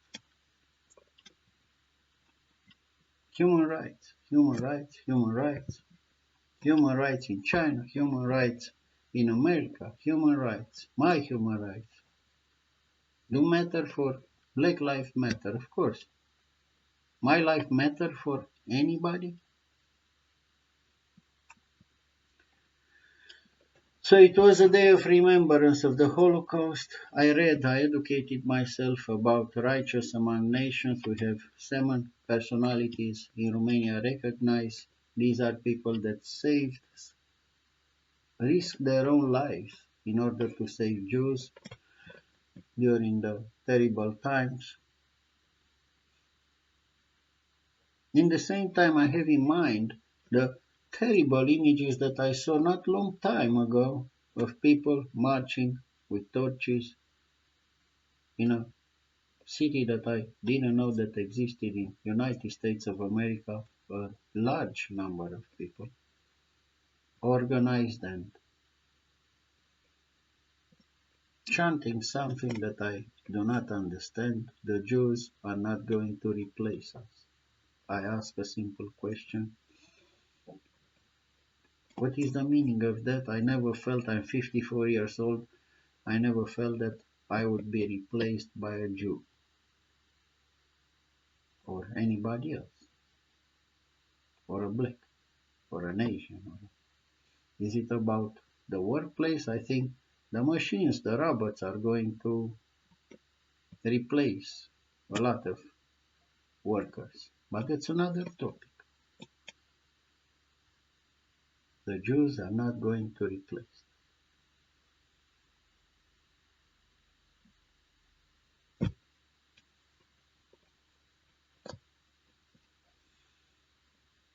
I saw in the news that even when you try to educate the kids about the horrors of Holocaust, you advertise making mix and match kind of package in the same depression and suicide in the same book. And actually when I saw the cover of that book, Mouse, the first thing I didn't know about it. Never heard about it. Never read it, man. First time. But when I saw it on CNN, and that's an honest account, I thought it's a book to advertise. Not to educate, to advertise Nazi kind of ideas, because the first thing, it is a perverted kind of advertise. Do not speak about Pink Flamingo. Do not think about Pink Flamingo. Hmm. I just mention it so I make you think about it. Because the first thing that I saw it was the cover of the book and it was a big swastika there and I jumped from the TV. I said, "Wow, what's that?" And apparently that's for the kids. The image is that maybe you need to change the cover. I don't know what the book is all about, but they mentioned that and I saw your movies. You are advertising depression and suicide. I saw famous people, singers, songwriters, putting money, big chunks of money, producing movies about depression and suicide, and I don't like that. I grew up when you have the money to buy a vinyl, and first you have to have the money, disposable income. Second, to find the vinyl, and then to have the device to listen to the vinyl and the music. Oh, the music. And if you have the lyrics, oh, that's how I grew up. With a huge respect for any vinyl that it is from Swan Lake or Tchaikovsky or Rachmaninoff or Rolling Stones or Led Zeppelin.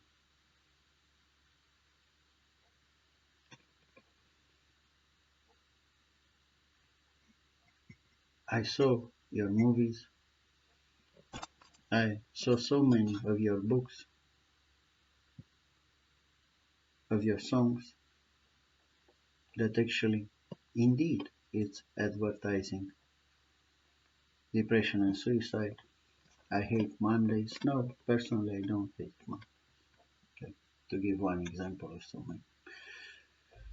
I love books. I love movies. I like positive books, intelligent books. I like movies. I like songs. I like music. I like rock music. Monday, Tuesday, Wednesday, every single day of my life. And after you have this kind of culture, you start, oh, whoa. And the first lines there, I have seen the brightest minds of my generation going down in chaos and madness and things like that, paraphrasing, and you wonder why. Well, that's exactly why. I just described it here. That's exactly why. And you call this poetry and art. Poetry being part of art. Three-letter word. No? I wrote here, it is time for a change. It is time for a change. We should have some value for our money. It is time for a change to put, it is important to put the money where your mouth is. And it is true that your consumption habits, what you are paying for, tells a lot about the level of intelligence, including on Spotify, and the society, the audience that you have there. Speaks loud and clear, louder and clearer than I am today, about the values of that kind of culture.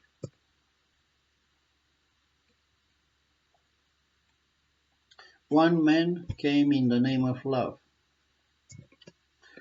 quote unquote.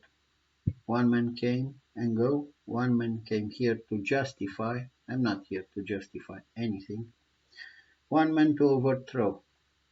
We say in Romanian, and I'm gonna say it, you can translate it a little bit, schimbarea domnilor, bucuria nebunilor, câteodată. Sometimes to change for the sake of change, it's madness. It's crazy. Change for the sake of change, with no fundamentals, no foundation, no plan, no vision for the future. It is a recipe for what we call today failed state. And I have seen some of that. There are no bells on a hill. There is no spring in the air. In those kind of states that there are in Very difficult situation.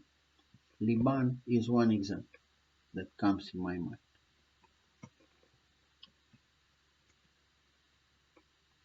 What are the members of the Security Council doing about that?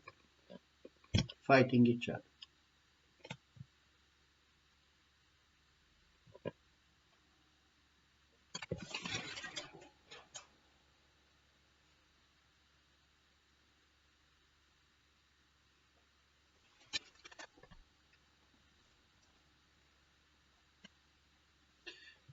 Too many pyramids in this world, too many pyramids with all-seeing eyes that when the bridges, that's why you need to put a spot on the bridges, Spotify the bridges.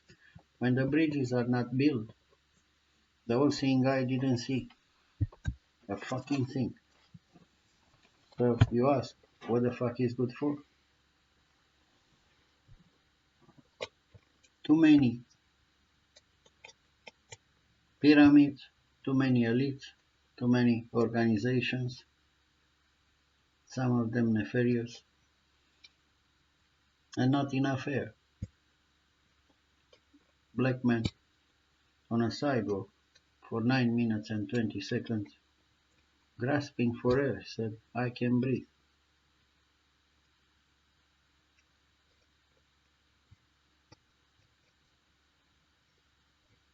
His life matter, but all the other lives matter. Our common humanity do matter. My life matter. Your life matter. Every life, generally.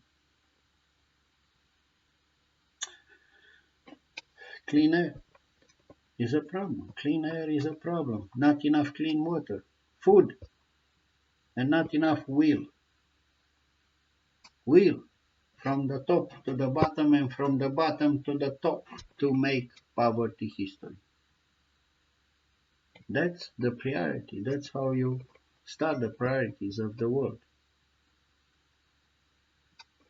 You cannot go to school if you are dying of hunger, if you are starving. First you need air, clean water, food, then the movement. I'm going to talk about real movements of making poverty history. Yes, it is from Live 8, but it is very well said. Very well said. Meaningful in 2022. As meaningful as it was in 2005. From 2005 to 2022, still poverty is not history. I saw news every 26 hours during the pandemic time, the world produced another billionaire. Basically, every day. And other people are struggling to have this coffee. Or a sandwich, not a coffee, a sandwich. Or an egg a day. Or at least 2-3 times a week.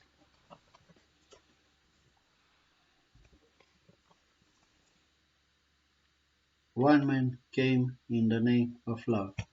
One man was caught in a barbed wire fence. Yeah, I saw iconic images in documentaries about people running, trying to escape the East, Germany, when the Russians started building the wall. First it was in Berlin, first it was a barbed wire, and they died there being shot. Some they were able to go through, and some they died there. And so many other barbed wires. Sometimes behind the barbed wire might be, who knows, a kid with a striped pajama, to make another references to a famous movie. Pop culture.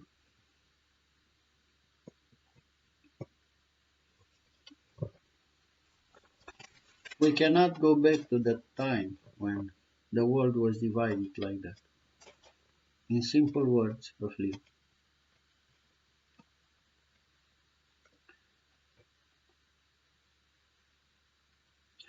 One man washed on an empty beach.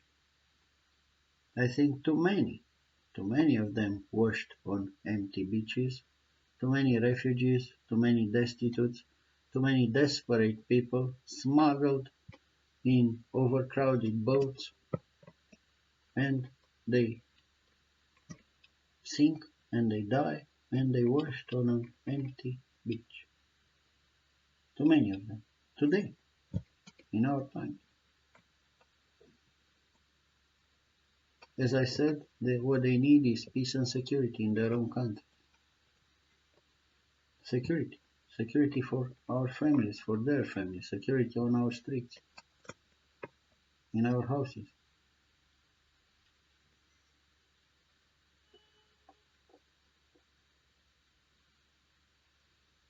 And what they want, what they need is opportunities. Opportunities to live a decent kind of life. Opportunities to work. If a person have an opportunity, I believe in the goodness of our, even that sometimes I'm depressed and sad, I believe in the goodness of our soul and of the human beings because I grew up in a family, in a country, in a society with friends and family that they were good.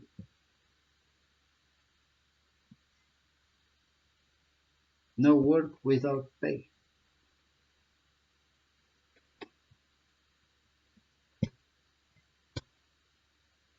There is this famous saying, free at last, free at last, free at last.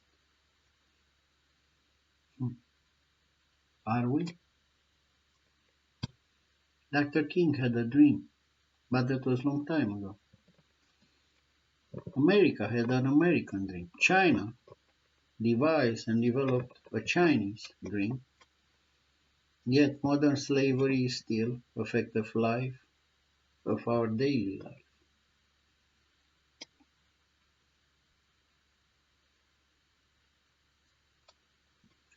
And our personal and private life should not be a daily show. I like that daily show. Sometimes it's intelligent, sometimes it isn't. Should not be a reason for entertainment. Actually, today I have the feeling that you have no fucking idea anymore what entertainment means. The meaning of the word, the beautiful meaning of the word. I see dumbing down TV, trash TV as the way you call it. What a terrible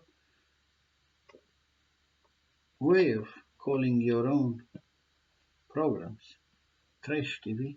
Stupid reality shows. The Romanian screens are full of stupid reality shows. We learn it from you. And podcast. I learned that there are podcasts today.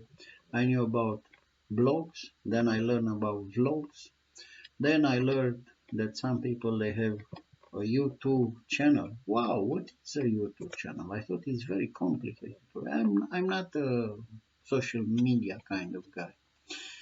Maybe I'm not a smart man, but I'm not stupid either. Podcast. Spotify the fucking bridges. Spotify Leo's questions. Let's see what they are Spotifying recently. As I mentioned, I don't have 350 hours to listen to. I read an article at The Verge and they describe it in a few lines here. A cesspool of toxic masculinity that discusses elk hunting. Wow, elk. Tatanka? No, Tatanka other movie, other elk hunting. Mixed martial arts. Whoa.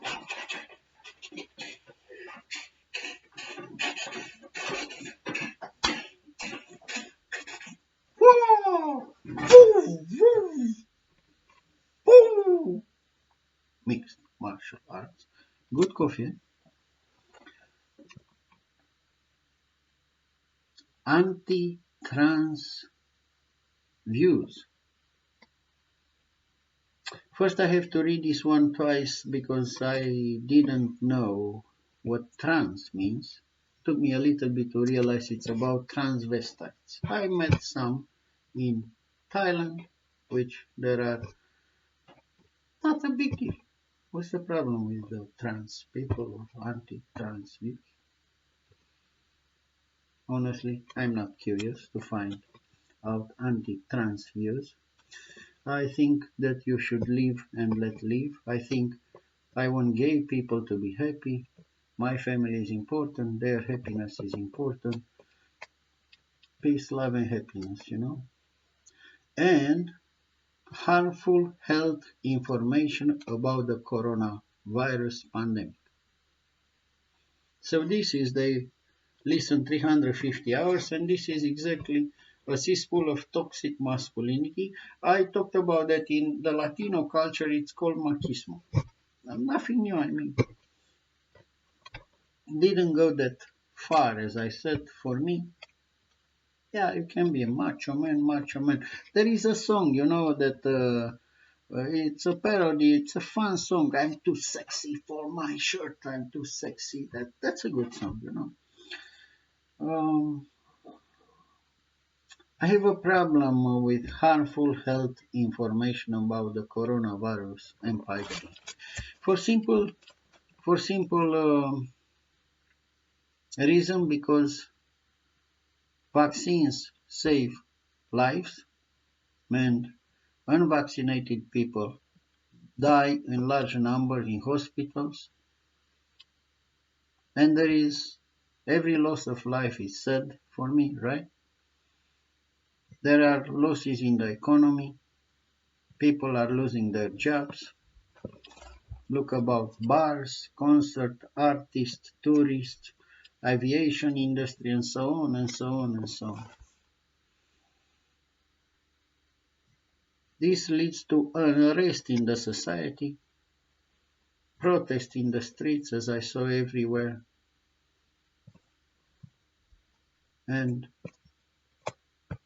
to me that's chaos. When I see people screaming and fighting with the police, with them putting fire there, and that's chaos. I don't like that. In simple words, I don't like that. And the bridges, Leo, where are the bridges? Spotify, the bridges. Well, the bridges. When you are discussing those kind of very important subjects like elk hunting, MMA, and anti-vaccine, who the fuck cares about the bridges?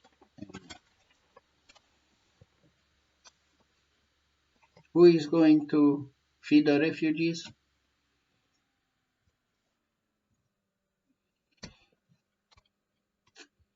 The kids in Afghanistan, Leo. Elk hunting. Do you want to see my muscles?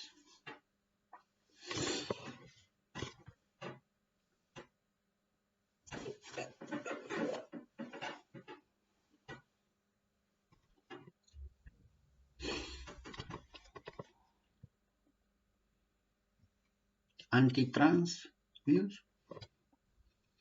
Discuss with the Canadian psychiatrist that probably I'm not white anymore in this kind of light. Yeah, but if you Spotify the...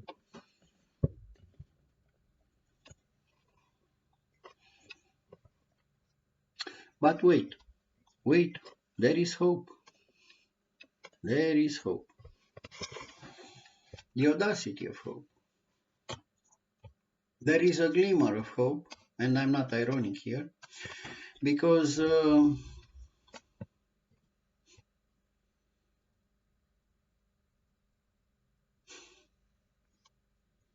if you look long and hard in the birth certificate of a former president,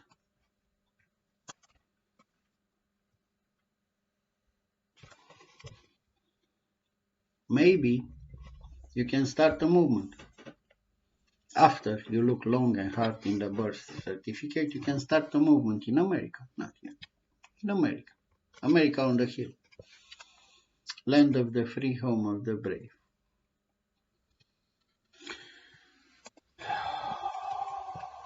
A tea party. Drinking coffee here, but I have tea right here. I don't mind. A tea party. Or a birther movement. And a sure Romanian guy with English being a second language. I'm not a smart guy. I would ask, obviously, Spotify or not Spotify, what the fuck is a birther? I'm confused. You know, there is a Pink Floyd song, this Roger Waters section song. The monkey is confused. The monkey jump on the top of pile of stones. The monkey is confused. What the fuck is a birther? I knew about the civil rights movement. That's a movement to me that brought progress and hope to a lot of people in America. From the situation described in that movie that I mentioned, The Green Book, where you could not pee in the same toilet with a white guy in the deep south, even if you are singing classical piano in his living room for the guests. That's an amazing scene. To a black president in the White House, indeed, you see an immense kind of progress. Took a while, but it's undeniable there. That is progress. I'm not ironic here. And you see a president there with a strange name, very strange name, Barack Hussein Obama. Barack? What is Barack? Hussein? That sounds very suspicious. And Obama? There is a meaning of this name. Some names do have meaning. My grandfather is the pottery maker, Olaru, the one that is making pottery, for example.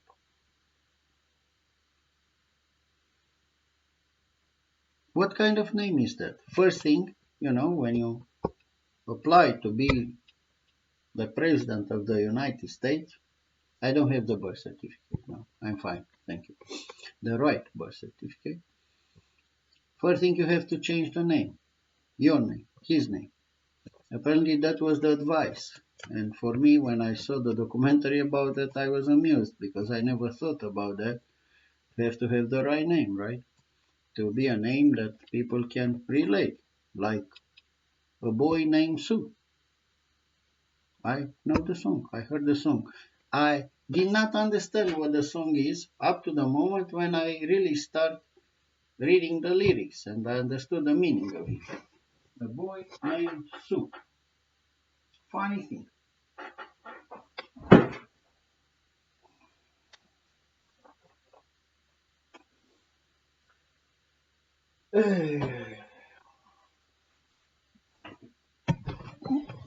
I'm back.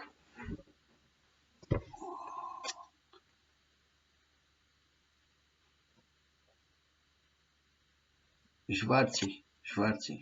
I'll be back. A boy named Sue. Now, if you listen to the song, it is about the boy should be named Bill or George or anything but Sue. Bill and George, these are good names. These are good names in America because, I remember Billy the Kid, Billy, the other president, Mr. Clinton. It's Bill, right? And indeed, Barak in Hungarian means peach.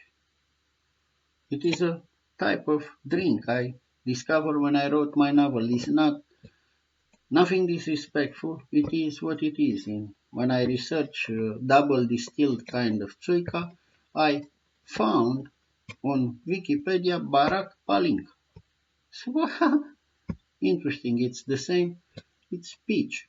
It's a drink that the Hungarians do have made out of peach. Our Tsuika, our Palinka double time, plain brandy distilled, Horinka is the right name for it. It's made mainly of plums and peaches.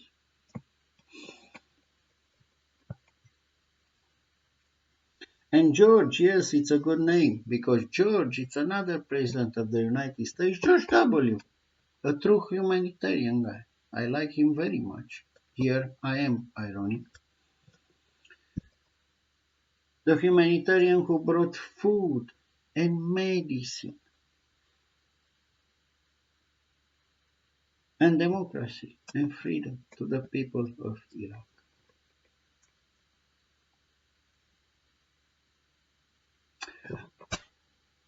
A philosopher and a moralist, this gentleman, another president of the United States, George W. I'm not talking about Mr. Herbert Bush. George W. It was in my time.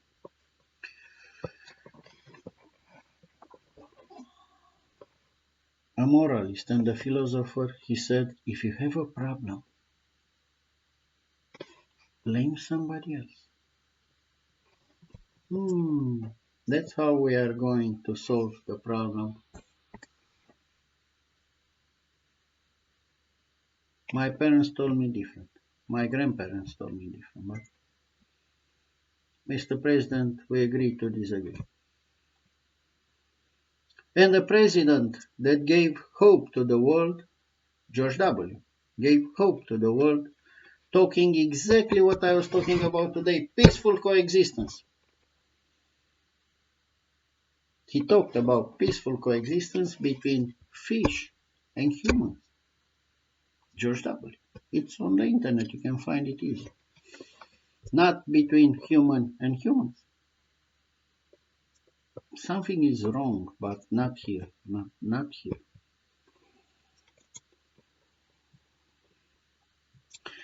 And the boy, named Barak, for me, in Romania, a boy is a young individual, male, up to 14 years old. That's a boy. That's how I learn English. Then from 14 to it's teen, it's a teenager, or the teen years, and then it's a young adult, and then it's an adult. So a boy named Barak, a pretty boy, as I would say. This means handsome. Became a top student of constitutional law and member of the Congress. That was before the tourist of huggers and kisses of J6 went and visited a little bit Capitol. And then he became the first black president of the United States of America. I'm sure that not the last. And it was huge hope and joy and obvious joy and real progress. And I admire that moment of inauguration. I have seen it in Canada on TV. And it is better, I thought to myself, to have a strange name and become the President of the United States of America than to be a strange fruit hanging in a tree somewhere in Alabama. I learned a few years back about that terrible song, and I learned that Alabama has sometimes very nice music, Sweet Home Alabama, and sometimes a terrible kind of history. Not sometimes, and also a terrible kind of history. The boy grew tall and strong and athletic. and being well educated and with a natural charm, he tried hard to bring positive change to his country.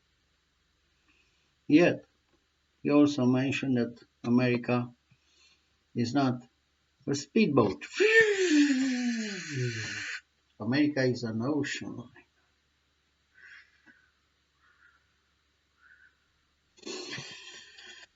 It's funny those metaphors, as the President Xi Jinping mentioned the same kind of nautical metaphors, and he said, speaking about Davos, he said that it's official, it's nothing, it's in the speech that we are not 192 isolated countries, we are all in a big boat together.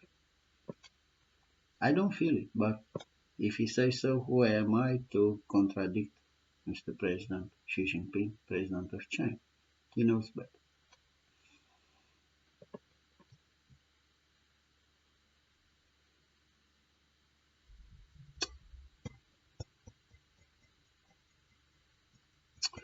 Yet, even that President Obama tried very hard to bring positive change in his country, seems he was not good enough for some of his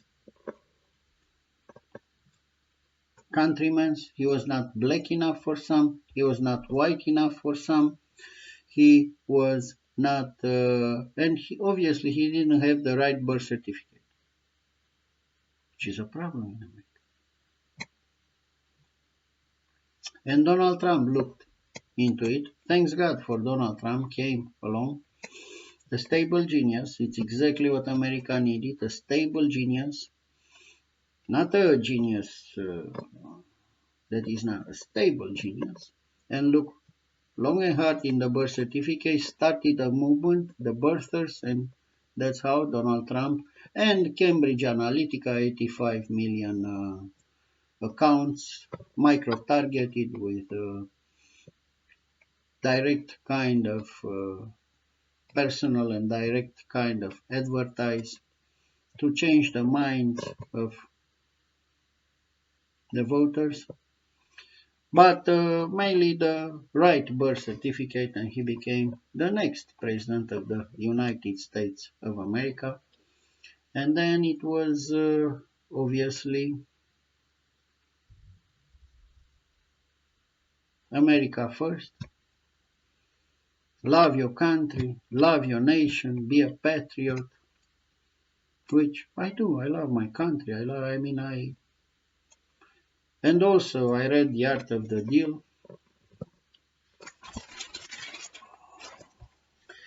And yet I believed in all of that again and again, as I believed in hope and freedom, and then it was fake news and fake news and fake news and fake news. And maybe it is, and it's gonna be great. And there were good people on both sides. I don't think so. But what the fuck do I know? It was the big lie, J6 tourists.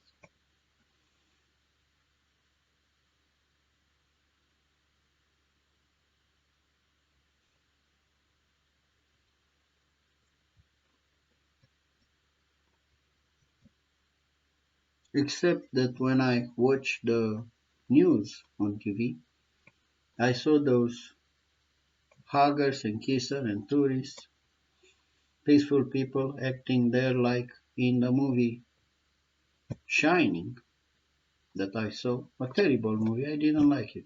People in Romania, they were, oh, it's a cult, Leo, you have to see it. I do? Yes, it's with Jack Nicholson, man. Yes, okay.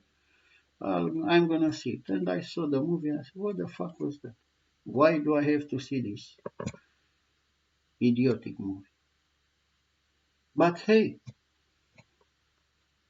people entering to take pictures too in the Capitol, and they were screaming to find Nancy there, exactly like the crazy guy in Shining. That was shocking to me. Nancy, Nancy.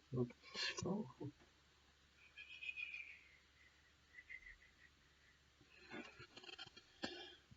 And then there is even more weird because they fought and they fought for hours with the policeman there, with the security guards, and not a lot of brotherly love and hugs and kisses. Huh? And they seem highly organized. I saw people with military grade kind of outfits that scared me profoundly. And they wanted to hang Mike Pence. I give you my word, I don't like Mike Pence at all. But why? I mean, it's just to say, Mr. Mike Pence, I don't like him. That's all. And doesn't matter if I like him or not, because it's for the American people to vote or not to vote. It's not for me. It's AAA. I don't like Mike Pence, okay. But under no circumstances, where is democracy? It's about democracy, right? Where is democracy in everything that I saw there? The monkey is confused. I mean, he's very confused. I'm confused. There are moments when I feel I don't understand the fucking thing. Spotify these questions because I don't find 173 bridges. I don't know where freedom and democracy is. I don't know where my human rights are anymore. I don't know what the guys in the Security Council are doing, except fighting each other. I got that part.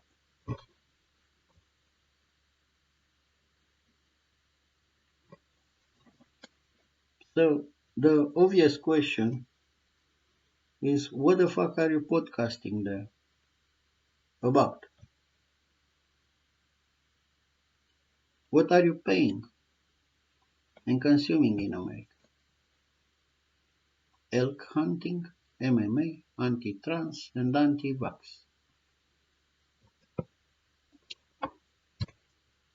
Make America great. With this? I don't think so.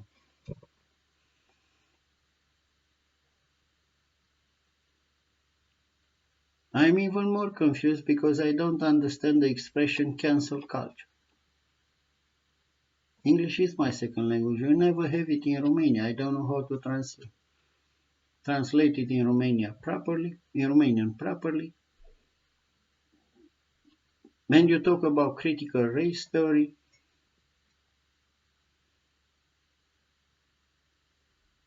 and you have instead of having a great culture, a beautiful culture, instead of showing to the world what is beautiful in your culture, I mention something so simple. I know a lot of bullshit from America. Mafia music, rap, bullshit. I don't know the name of the most important writers in America in the last 10 years.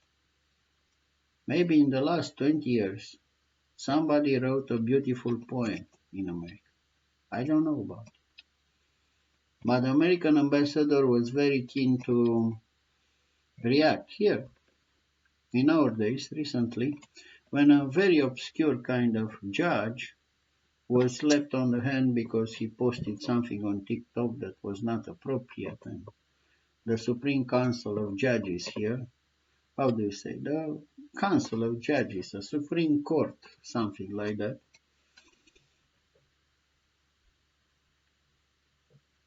slapped him on the hand. They didn't arrest him, they didn't. But the American ambassador was very quick to react about freedom of the justice system. It's ridiculous. Instead of Spotifying the bridges, build the bridges between the cultures. There are no bridges between the cultures. Maybe in terms of students, maybe, but not on Romanian TV. I haven't seen the beautiful tide of meaningful American culture. Instead of some movies in the mall, our malls are full of American movies. Superheroes and Immortals and Marvel and people that they have lasers in their eyes and they fly and they are still looking for kryptonite. Okay. Anything meaningful? Yes, Leo. Elk hunting, mixed martial arts, nothing wrong with elk hunting and mixed martial arts. Anti-trans and anti-vax, this is very wrong. This is very wrong. Profoundly damaging to the society and around the world. So how are you going to make America great again? With cancel culture?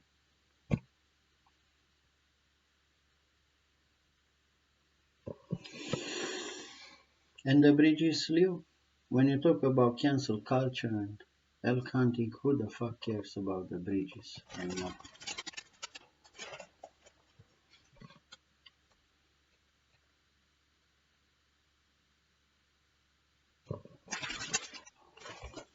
I wrote here, your bridges are crumbling. We are still waiting for 173 bridges to be built in Romania by number one American company. You really need to build back better. You really need to come back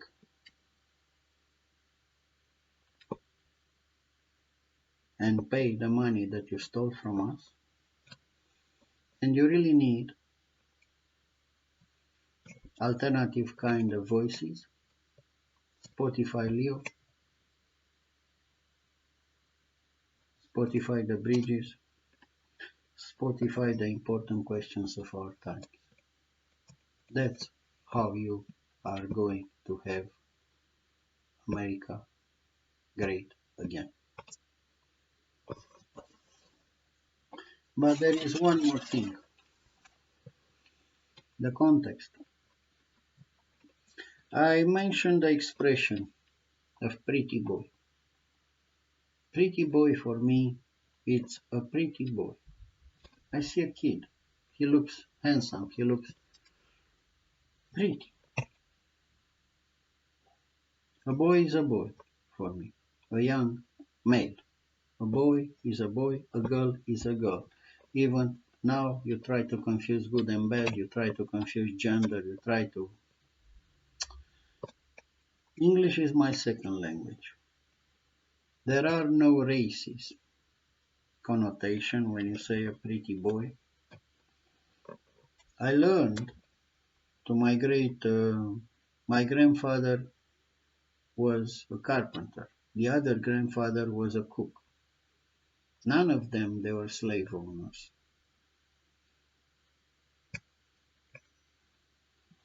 I learned about, there might be a connotation about that from American TV years back. Years back in Canada, watching TV in Congress or something else. Somebody from the back shouted something to an American president with the right name, obviously, because he won everything that was about to be won there.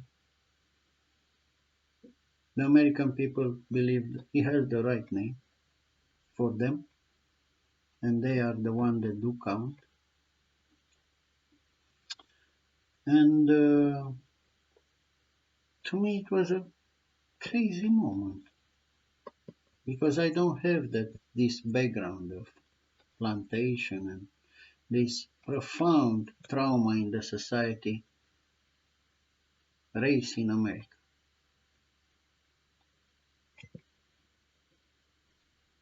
So when I say a pretty boy, for me it is a pretty boy.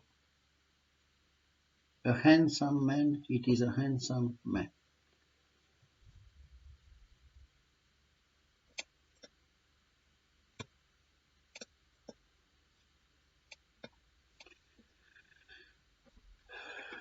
Apparently, on CNN they mentioned those kind of appellatives went in sports, and some people felt insulted being used in a profoundly inappropriate way, as a racial connotation. There is no racism here in this table. It was never racist in this table, in this individual. I didn't grow up like that. On the contrary, on the contrary, I actually worked and I was exploited as a slave on a plantation as I, together with my ex-wife, Isabella, we bought some blackberries. Funny thing, eh? I don't believe in coincidences anymore. But there are superfoods. And we said we are gonna plant, and we planted almost 1,000 square meters, 4,000 square feet. And we worked there and we worked hard trying to, didn't realize that we are treated as slave at the plantation and it was a reality show and all the fucking bullshit. So berries, blackberries, berry, right?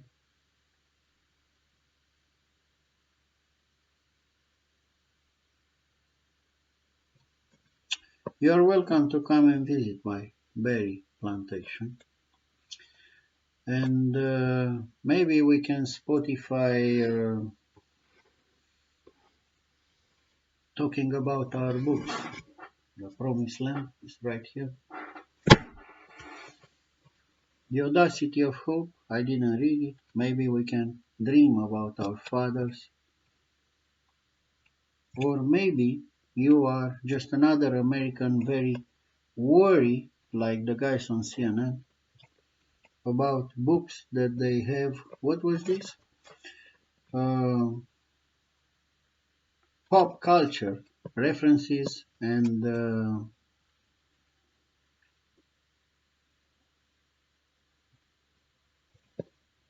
what kind of society do we have in America? A war of books? I saw it's very, very, very profoundly shocking.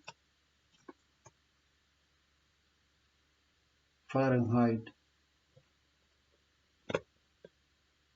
the famous science fiction novel, when in a fascist kind of society they burn books. What is wrong with you people? Why we don't read Morometsi anymore? It's a meaningful book, respectful book, including about the presidents of the United States of America. Maybe we can talk about it. Spotify. I'm not the boss. I'm Leo the Tyler. Spotify the bridges.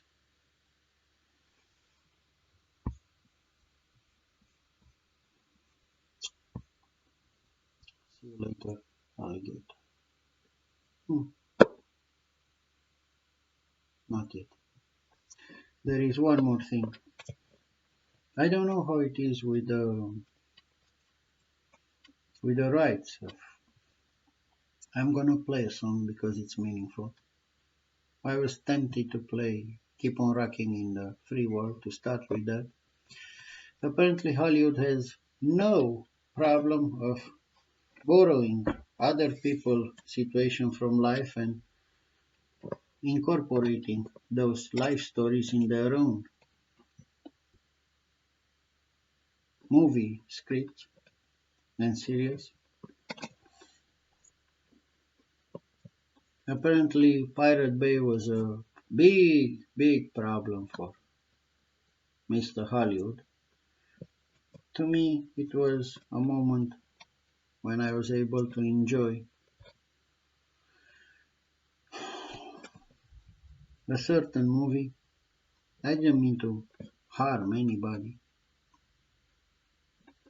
and to steal somebody else's work, but I would like to enjoy my movie without being fragmented of 5 minutes of a movie, 50 minutes of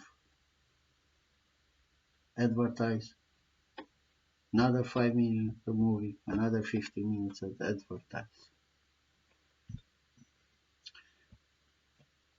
The song that I'm gonna play is Sunday Bloody Sunday.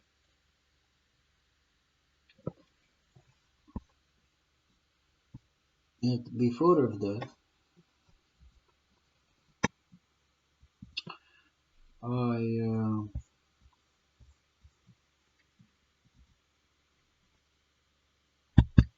I researched a little bit on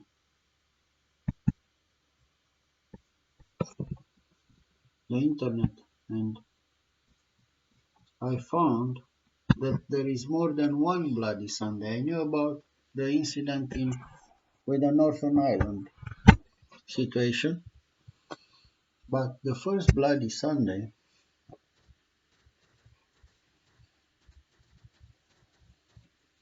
it happened in Selma, Alabama, we were talking about.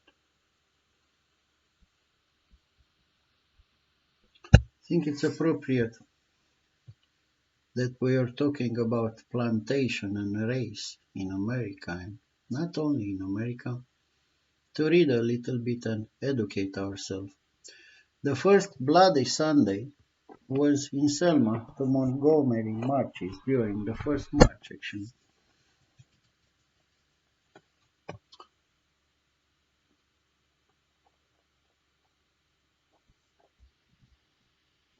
I'm not going to read all of these. The first march took place on March 7, 1965, organized locally by Bevel and Amelia Boynton and others. State troopers and county postmen attacked the unarmed marchers with billy clubs and tear gas after they passed over the county line, and the event became known as Bloody Sunday. Law enforcement beat Boynton unconscious, and the media publicized worldwide a picture of her lying wounded on the Edmund Pettus Bridge. That's the first Bloody Sunday.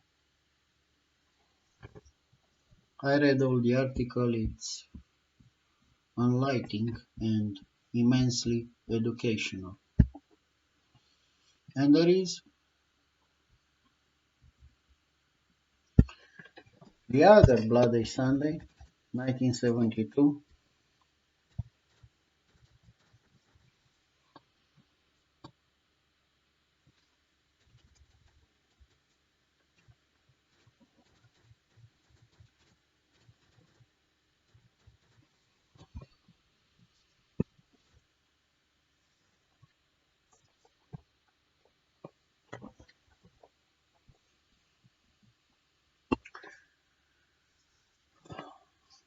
Bloody Sunday on the Bauxite Massacre, or the Bauxite Massacre was a massacre on 30th of January 1972 in the bauxite area of Derry, Northern Ireland, United Kingdom, when British soldiers shot 26 unarmed civilians during a protest march during internment without protest march against internment without trial.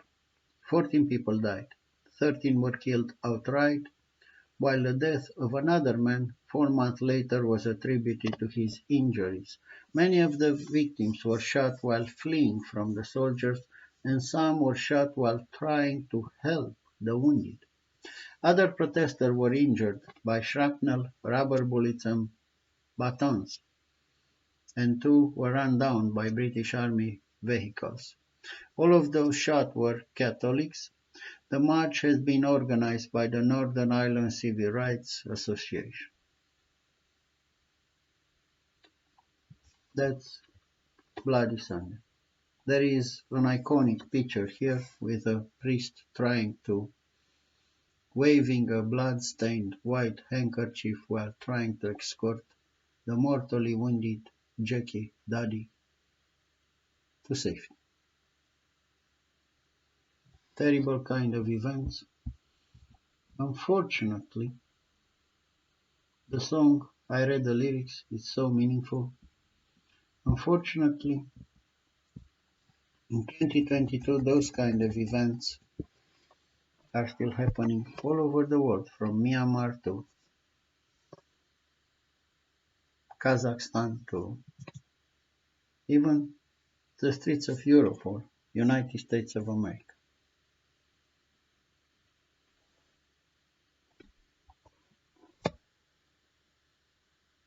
Sunday, Bloody Sunday.